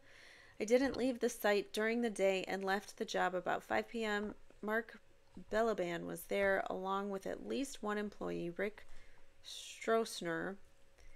There was also a painter there, the building on the southwest corner of 11th and Marshall. I've never done business with the Avery family. I've never been to the Avery junkyard. I am not friends with any of the Avery family. I have indicated this statement to Dettering, and it's true and accurate. Okay. Jo Ellen Zipperer. She's given the same spiel. She had no personal phone contact with the lady who apparently took pictures of a vehicle, but stated the caller did leave a message indicating that she could not find the residence. So Teresa called Jo Ellen, or the residence, I don't know, and was saying that she couldn't find the residence. Nobody can claim that they actually called this auto trader to come to the house. So why is Teresa even there? Like, it's all very weird. None of them are saying that they ever even were dealing with auto trader. It should be noted, Detective Jacobs did receive permission from the Zipperers to copy a message. She stated that the caller left a message. Oh wait, she had no personal phone contact with the lady who apparently took the pictures, but stated the caller did leave a message. Oh, okay, I read that already. Sorry, I'm confusing myself. It should be noted that at whatever time they got permission of that message that Teresa left to Jo Ellen. Jo Ellen went on to indicate that she believed the photographer arrived at 14:30 hours and indicated that this was before Jason, her son, got home from school. So Jason's still in school, wherever he's in school. I don't know if he's in college or if he's in high school, but Jason's in school, and that's probably why they didn't ask him a whole lot. But I don't know why they didn't ask him anything. She stated that she she didn't see or hear the vehicle enter the driveway when the photographer got there. She indicated that she gave the photographer directions as to how to get to the Firebird that she needed to photo. Jo Ellen indicated the photographer was dressed in blue jeans with a darker jacket, waist length, and some sort of white top. She stated she had brownish hair. Was not sure about the length. Jo Ellen indicated that the photographer returned several minutes later, smiling, indicating that she stated she had found the car. Jo Ellen indicated that the photographer left a copy of the Auto Trader magazine and some sort of contract on the outdoor table. Jo Ellen did not move these items until she provided them to us. Jo Ellen indicated that the photographer was not, or the photographer had not collected any money, and Jo Ellen indicated that the family was not sure if they wanted the photograph run or not. So this is very strange. You see what I'm saying? Who called her there? No one said that they did, and she didn't take money. And the family's not even sure if they want it to run or not, if they want the ad to run. Jo Ellen indicated that she was out at the back of the residence and did not see the vehicle leave either, so she could not determine which direction the vehicle went. And here is Jo Ellen Zipperer's statement. On Monday the 31st between 2 and 3 p.m., I was out in the backyard. All at once, a lady appeared. She was shorter and petite. She was wearing darker waist-length jacket. She had brown hair. She asked, this is also the same exact phrasing, darker waist-length jacket, that Jason Zipperer used. So I think that that's actually wording being used from law enforcement, because why would they say the same thing? She asked if she could take photos of a Firebird that Jason owns. She said she had talked to George and it was okay. She talked to George and that was okay. George didn't want them on the property. He said that he wanted them arrested. I told her how to get to the car and she left. This is all very weird. This family. Right? After 5 minutes later, she came back smiling. She was walking fast. She told me that she found the car. She laid some papers on the table. She left. I didn't see what she was driving. I had indicated this statement to Dettering, and it's true and accurate. Interesting, huh? This is now the interview of Jody M. Stachowski, and she waived her memorandum. Prior to asking any questions of Ms. Stachowski, Detective Jacobs did read her Miranda warnings, and she agreed to waive them. Stachowski indicated she had lived at the above address for approximately 18 months. She stated that prior to moving to Avery, she lived in Manitowoc. So she was living with Avery at the time when this happened. So they were engaged to get married, and she was living with Steven. This is yet another woman who Steven was happy with, and he gets arrested, and then they break up and things don't work out again. He was married the first time with 5 children he was raising, 4 of his own, and he gets sent to prison, and his wife and him, they couldn't handle the stress and they broke up, and now she's married to the father of Brendan Dassey, which is all very weird now. That's Lori Avery married to Brendan. Or I'm sorry, Peter Dassey, who is Brendan's father, I mean. All right, so where were we? Stachowski states that they just normally have general conversations on most evenings. She states that Steven did not come to visit on Saturday, and she did not plan to, indicating that he was going up north with his family. I asked Stachowski if she and Steven had spoken about the missing girl. Stachowski indicated that subject had arisen on Thursday the 3rd. She stated that Steven advised her that TV people had talked to him on Thursday. I believe she stated that on Friday. Steven mentioned that he was on the news and mentioned that the police had been out to speak with him. Steven advised Jody during the conversation that she had with him on that she had been with him on Friday that evening, that Bobby saw her after Steven did. Wait, what? Okay. Reread that sentence. That's very confusing. So Jody stated that on Friday at 1800 hours, Steven told her the news was there,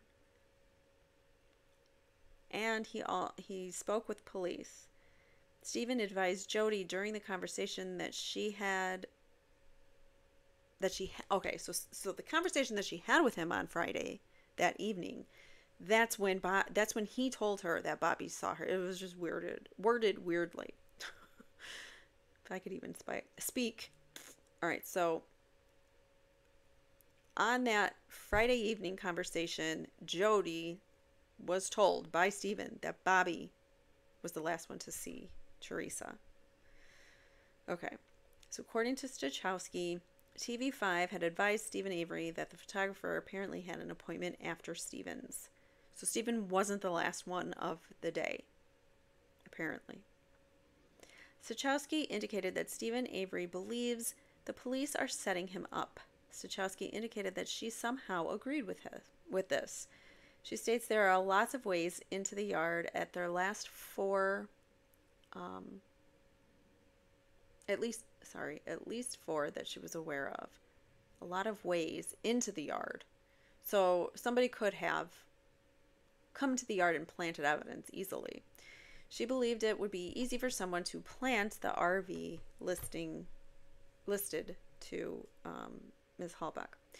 During a briefing, I had been advised that there were handcuffs and leg restraints located within Steven's residence. When I broached the subject with Mr. Stachowski, her response was, "In our house? They must be new." She had a similar response regarding the leg restraints. Stachowski indicated she was last at the Avery Road address in mid-August. She indicated that the duct tape in the bedroom might have come from her painting and masking the bedroom off. She stated that they had painted virtually the entire trailer since moving in. She had indicated that she and Steven had discussed the possibility of using restraints during physical relations in the past. Stachowski indicated the computer that is in Steven's residence is connected to the internet, and there probably are images of the adult kind of Jody and Steven contained on it. She states that these images are generated with a Kodak brand digital camera, which is kept close to the computer unless Steven goes up north and takes the camera with him. Stachowski was asked how Steven learned that Bobby was the last person to see Ms. Halbach. She could offer no explanation for this. So how did Steven know that Bobby was the last? Maybe Steven saw Bobby driving off to her. I don't know. Stachowski indicates that she was certain that Teresa Halbach had been at the Steven Avery residence in the past, recalling that Teresa photographed a boat, a motor, and trailer, which Steven had for sale. Stachowski indicated that, to her knowledge, Teresa Halbach had never provided her business card or cellular phone numbers to Steven. I had learned that a key for a foreign vehicle had been found in Steven Avery's residence, and I asked Jody if Steven owns any import vehicles.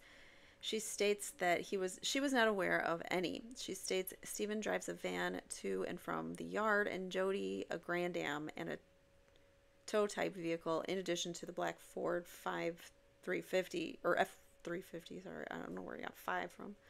F is what I meant to say that he owes. All right, so Jody indicated that she was aware that Steven had brought back a camouflage painted unit, possibly in a Isuzu, the previous weekend. So he brought something home, but she doesn't know what it was exactly. Jody went on to indicate that the yard is family operated and that there are no outside employees. So who are those 3 Spanish-speaking individuals? Interesting. She states that the family members who participate in the operation area are Chucky, or Charles, who lives near his mother. So Charles also lives on the property. He lives near Dolores and Alan on the property Tuesday through Thursday. And then there's also Earl. She stated Earl and Chucky are Steve's brothers. She indicates that people who live on the property where Avery's Auto Salvage is include Chucky, Dolores and Alan, who are only there Tuesday through Thursday, Barbara Jonda, Brian Jonda, Barbie Bobby Jonda, Blaine Jonda, Brendan Jonda, so all 4 Jonda boys, I guess they're Jondas now, not Dassies, and Steven Avery. Except they are Dassies, so this report is wrong. I'm pretty sure. Because their last name is Dassey, unless they all changed it, which I don't think they did. Brendan, Stephen, and Jody. So those are all the individuals that live there. Earl does not, as you can see. Earl does not live on the property, but all the other Averys do. Jody indicated that she has never been married and has a 12-year-old daughter. She states that her daughter is currently in placement with Jody's mother, whose name is Sandra Bartz. Jody continued to indicate that it is her belief that Stephen is being set up by the Manitowoc County Sheriff's Department and possibly law enforcement agencies. So this is, I mean, it's great that she made that known in a police report. But it doesn't do a whole lot of good when the police are corrupt and out to get you. So, but at least it's in there. This is now something interesting we need to know about Chuck Avery. So Chuck Avery kind of has a past, criminal past, a brief criminal past. A lot of the Averys might have some run-ins with the law here. But we're going to learn that Chuck's past is more in line with what you would think would be a possible life ender. And someone who is interested in intimate relations, forcible intimate relations with women. All right, so this is a report from investigator John Dettering. On Tuesday, the 8th, Dettering did have contact with Detective Pete McGinty, Two Rivers Police Department. McGinty indicated that he had recently had contact with an individual identified as Zena Lavora. Miss Lavora indicated that last year, after Avery's Auto Salvage had performed a recovery or tow for her, Charles Avery began sending her flowers and asking her to go out on dates. She stated she found this particularly disturbing. She stated that she did not know Charles Avery prior to this encounter. McGinty further stated that on the 7th of the same month and year, a subject named Judith Knutson had contacted the Two Rivers Police Department indicating that she had had a similar situation taking place regarding Charles. So Charles is sending flowers and gifts and showering these women with texts and things that he wants to ask them out. And let's look at Chuck here. Get a mental image of Chuck. This is Chuck. And he has this repetitive history of doing this to female clients here. So it should be noted that on the 15th, Detective McGinty sent me an 8-page facsimile transmittal. It contained written statements from Ms. Lavora as well as Knutson. Here is Ms. Lavora's statement. In November 2003, I was living at in Two Rivers. I called Avery Auto Salvage to have 2 vehicles removed from my property. I left a message and Chuck Avery called me back. I explained to Chuck that I had 2 vehicles that needed to be towed. I was told it would be no charge. The next day, when I came home, Chuck Avery came and towed both vehicles. I contacted Chuck and pointed at the vehicles needing to be towed. I then thanked Chuck for coming. A few days later, Chuck Avery called my cell phone. Chuck asked me if I wanted to go to dinner. I said no. Chuck kept telling me he wanted to take me out, and I continued saying no. Chuck had called 4 to 5 times asking me out to dinner. Each time I said no.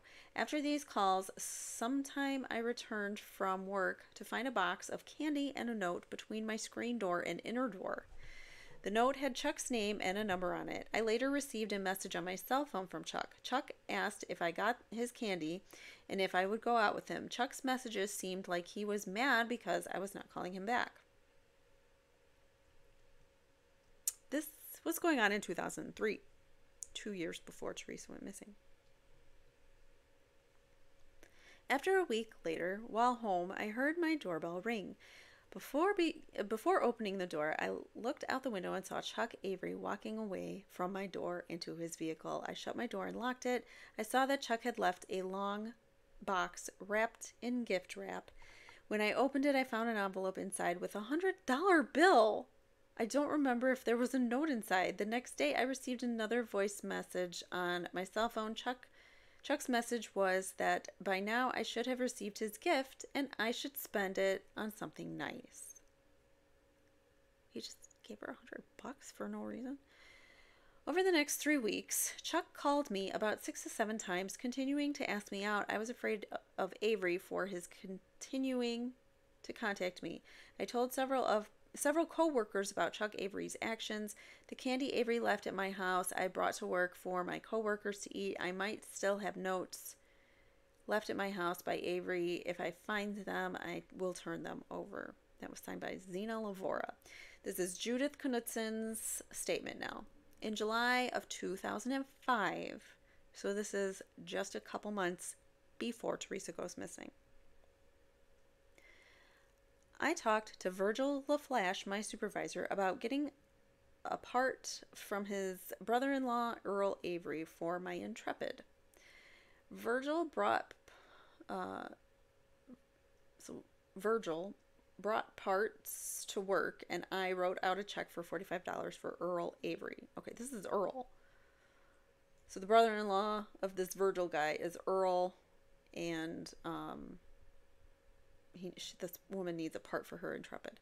After I purchased the part, my neighbor came to the door and told me that a middle-aged man in an older red station wagon went past my house very slow and took pictures of only my house from the lot line to lot line. At approximately October 17th, 2005, so this is the same month that Teresa goes missing, just a few days before. Approximately 6 p.m., my car was on fire outside when notified by a man going by on his bike. I don't know what that means. Fire put out by my ex-husband and neighbor, Fritz. Okay, so a car towed to Peterson's gas station in TR Avery's were notified, and they retrieved my car for the $140 towing charge to Peterson. October 30th, 2005, my supervisor gave me a note to call Avery's to go out to their property, maybe on October 31st, to get my belongings out of a car. I didn't go because I worked OT until 3 p.m. Then I realized I needed to help my son for Halloween. Wednesday, November 2nd, I called the Averys to find out about my car and my belongings. Chuck answered the phone. He stated he had been to my house on Tuesday, November 1st between 1 and 2, and he rang the doorbell and I wasn't home. Asked him if he had the wrong house, and he said no. Talked about my car. Then he switched and he asked if I would go out to dinner with him. I said, "You don't even know me." He said Virgil told him about me. Made some excuse and got off the phone. So Chuck just out of nowhere called her, and he said he was at her house before. That's weird. Weird. That is weird behavior. If you ask me, that is strange. All right, so Friday, November 4th, he stopped at my house with my belongings that he sorted from my car. Didn't call to notify me. I signed over the title to him. As he was leaving, he said, by the way, the offer still stands. Then he wished me a happy birthday. I screamed, how? I'm thinking that wasn't the full thing, because she was probably like, how the hell do you know it was my birthday? How the hell did he know? All right, we are getting down to the end of it, but we do still have Lori Dassey's statement, and I do want to read the whole thing. She's Lori Dassey now. At the time, she was Lori Avery. She was interviewed by investigator Wendy Baldwin. On November 10th, at approximately 15:23 hours, I, along with Special Agent Lisa Wilson, made contact with Lori A. Dassey at her residence. I asked Lori to discuss her past and marriage with Steven Avery. Lori said that prior to and when they just had gotten married, Steven had an obsession and was stalking one of his ex-girlfriends by the name of Wendy Patter, according to Lori. Lori said he would follow her wherever he went and was obsessed with a vehicle that she had junked in their yard. He said there was another female by the name of Ann Weber that he was also infatuated with and would obsess over her. How does she know this? Does she have proof of this? Where's this coming from? And have either of these individuals been contacted? So Lori said that they got married in July of 1982 at the Manitowoc County Courthouse. Lori thought that Steven was a rather nice guy until they got married. After they married, they moved to the address on Old County Y, and from there it was very rocky with a lot of domestic and physical and verbal A. Lori said their oldest daughter, Rachel, was born in March of the next year. She described the relationship as being very physical and violent, consisting of choking, hitting, and punching. Lori said in the verbal situations, the situations where he was being verbally aid, I can't say that word, he would tell her that if she ever left him, he would end her life, her children, and her family, and nobody would want her anyway. She said he was always with her and would never let her go anywhere without him. She said if he would leave and she would come and she would be home alone, he would take the phone with him so that she couldn't call anybody. Lori said while she was on the phone with her sister, she looked out the window and saw a cat running around the yard on fire. Lori and Steven had several of his friends with him, and they were laughing about it and thought it was a big joke. Lori said at that time her sister had called the police, which she said was better for her because she probably would have had to suffer consequences if she had been the one to call the police. Lori thought the entire family was strange and Steven could be capable of this crime. She thought the entire family was strange, but yet she married a Dassey, who was also involved with a family. So, okay. I don't know. I'm not saying that anything in here is not true, but I'm just saying she's an ex-wife, so she's going to have some judgments against Steven. You know, she's going to be angry and possibly bitter towards him. Lori thought the entire family was strange, but was capable of the crime. Lori said that Steven was also a man that would never take no for an answer. Lori stated he would be very persuasive with her for physical relations. However, she said he had never forced her to have it. Okay. Lori said but he wouldn't take no for an answer. So make up your mind. You're contradicting yourself in your own statement. Lori said she feels that she would not be here for Steven. She would not be here if Steven didn't go to prison. Lori said she would never fight back in the arguments they had, and he was very verbally degrading and threatening to her. Verbally degrading and threatening is one thing, but being physical is another thing. But she does say here that there was hitting, punching, choking. So, I don't know. I don't know what to believe. What do you guys believe? Lori says that he always gets what he wants and is very violent when he's angry. She did say in 1 year they went through 12 vehicles because he would blow out the engine or smash up the vehicle. 12 vehicles in 1 year? I don't know about that, Lori. Lori said he would damage furniture and cars and one never knew what would set him off. Lori stated he never attended anger classes in prison as he refused to do that. Lori stated he made her help out in the yard with the cars while she was pregnant with her twins. So, you can't do things when you're pregnant?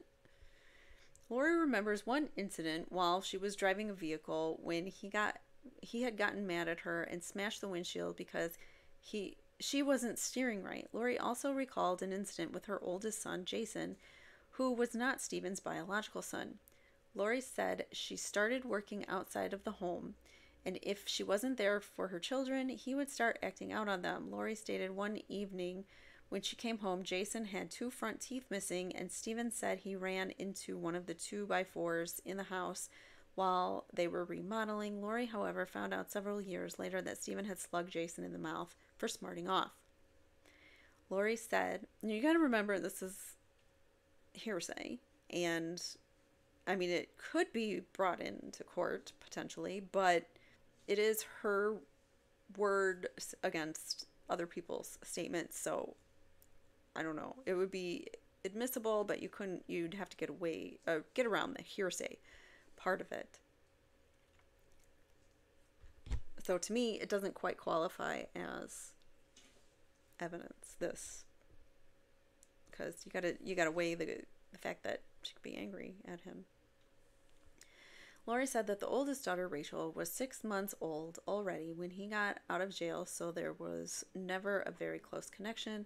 Lori said Rachel was a very happy baby until Steven would enter the room and she would begin to cry and be very upset. Lori said he was stricter with her as far as punishment than with his other daughter, Jennifer, who was born shortly after he got out of jail. Lori said in approximately February of 1988, she had divorced Steven. Lori said after the divorce, he would send threatening letters in the mail threatening to end her and her family. He would also send letters in the mail threatening her life addressed to her 2-year-old children. The twin boys, probably. So Lori said that the court did order that she had to take her twin boys to see him in prison. However, he would send letters with them to give to her, threatening to hurt or end her life. Lori did say a court order was denied and that she no longer had to take them to prison to visit. Lori said she and her husband,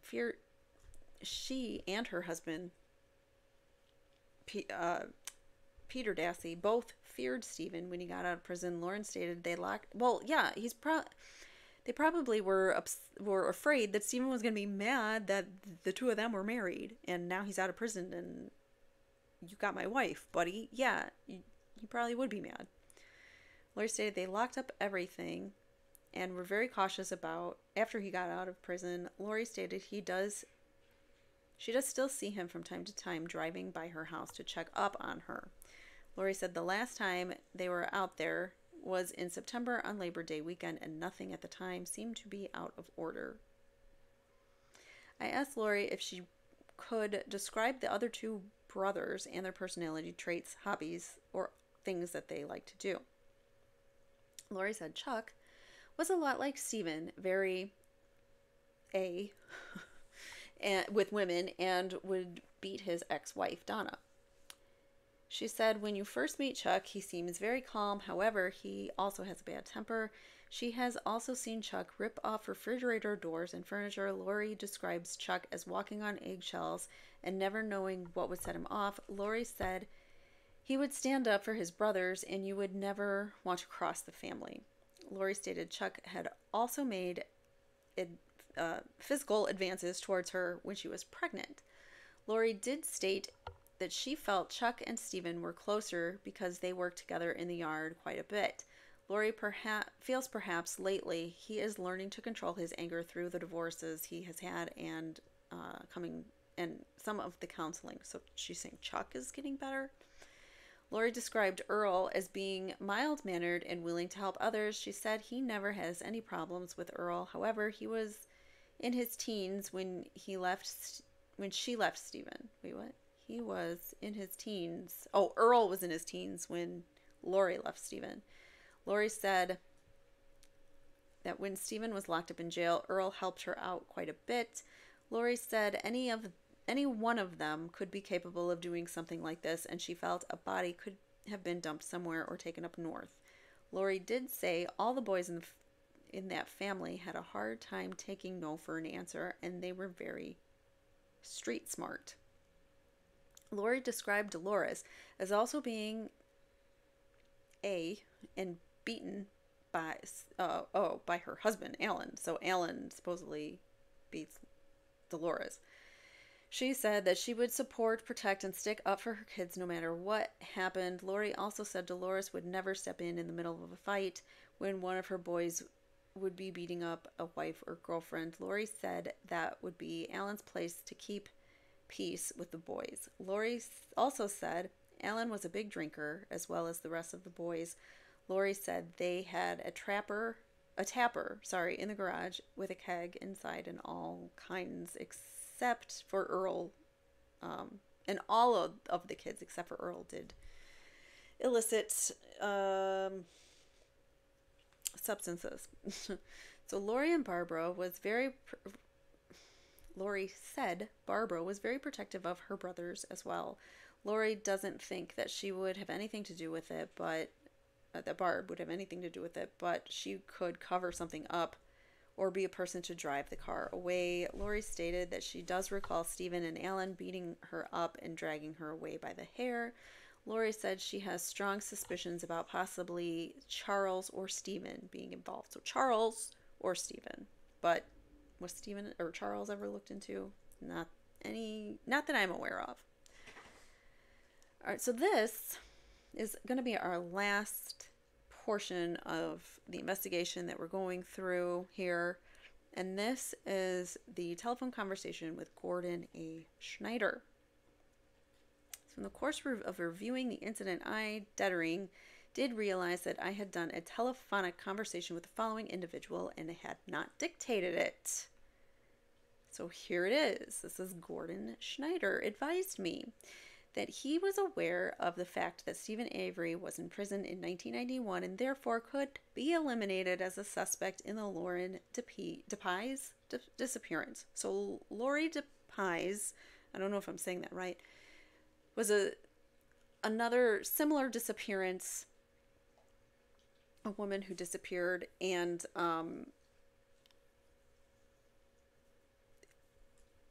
it happened in 91. So people suspected that it was Steven because it was, kind of similar to the Teresa Halbach case. However, Steven was in prison at that time, so he is obviously eliminated, but Chuck was not. Chuck was not in prison. So this Gordon guy went on to indicate that he had information that Chucky Avery lived not far away from where Lori DePies lived. So it's possible that he could have been a suspect in that case and wasn't looked at.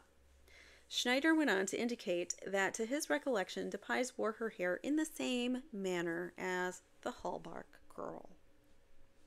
Schneider indicated that a subject named Kathy Kayleys, now deceased, used to date Chucky. So this woman, Kathy, that used to date Chucky, had children with him, and she wore her hair the same as DePies and Halbach as well. Chucky's ex had the same hairdo. Schneider stated that he is unaware but believes that Kathy Kayleys' mom may still be alive.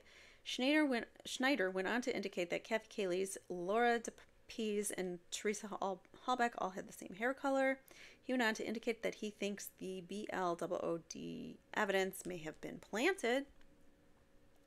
Yep. Blood evidence may have been planted. I'm going to highlight that one there. All right, so Schneider went on to indicate that he believes Chucky Avery may have planted the evidence. So if not the police, who also had motive because the $36 million lawsuit, Chucky also had motive to plant evidence to make it appear that Steven did it, if Chucky did it.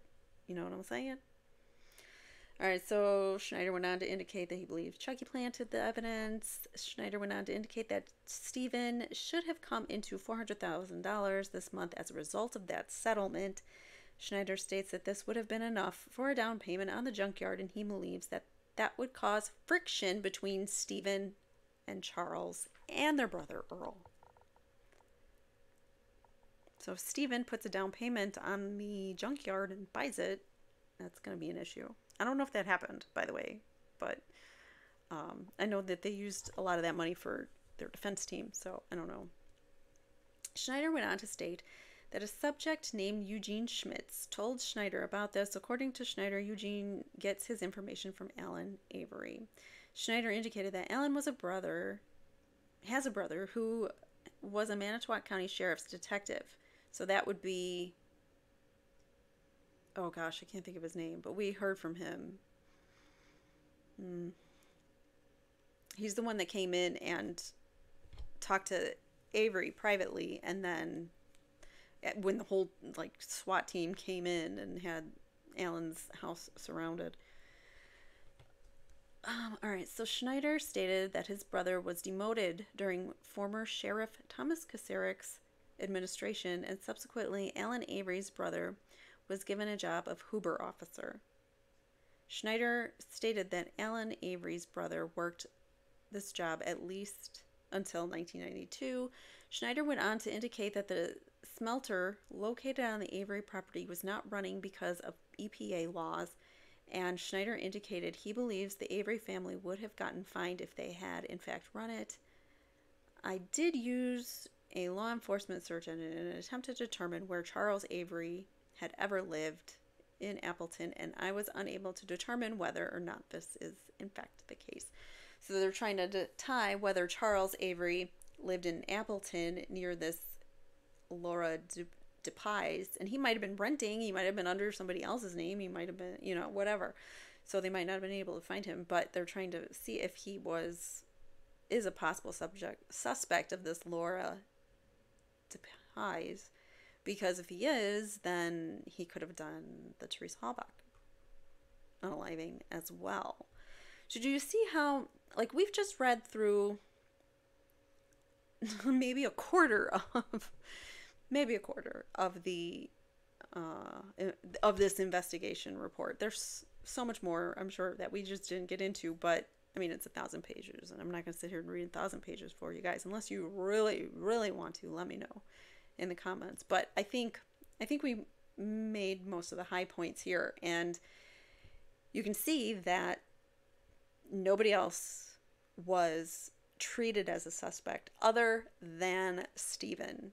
If you look at all the notes that we read, they searched that property and tried to, well, the first searches, Teresa was never found. So how did she get there later if all those searches were done immediately following her disappearance? It's baffling. This whole investigation is baffling to me. Next, we're going to get into the interviews, the interrogation of Steven Avery, Bobby Dassey, Chuck Avery. We're going to listen to all of those. So stay tuned. Be sure to hit the like button, the subscribe button. Stay tuned to my channel for more episodes of The Truth Behind Making a Murderer, Wisconsin versus Steven Avery and Brendan Dassey. We are trying to dig through and find out what evidence rings true and what evidence seems a little fishy. And so far, it seems a little fishy, some things here. So we'll continue going on, and I will see you in the next one. Please like this video, and I will see you next time. Thanks so much for watching.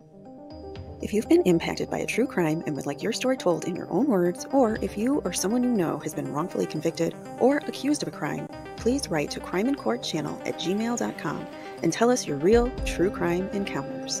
Thanks for watching.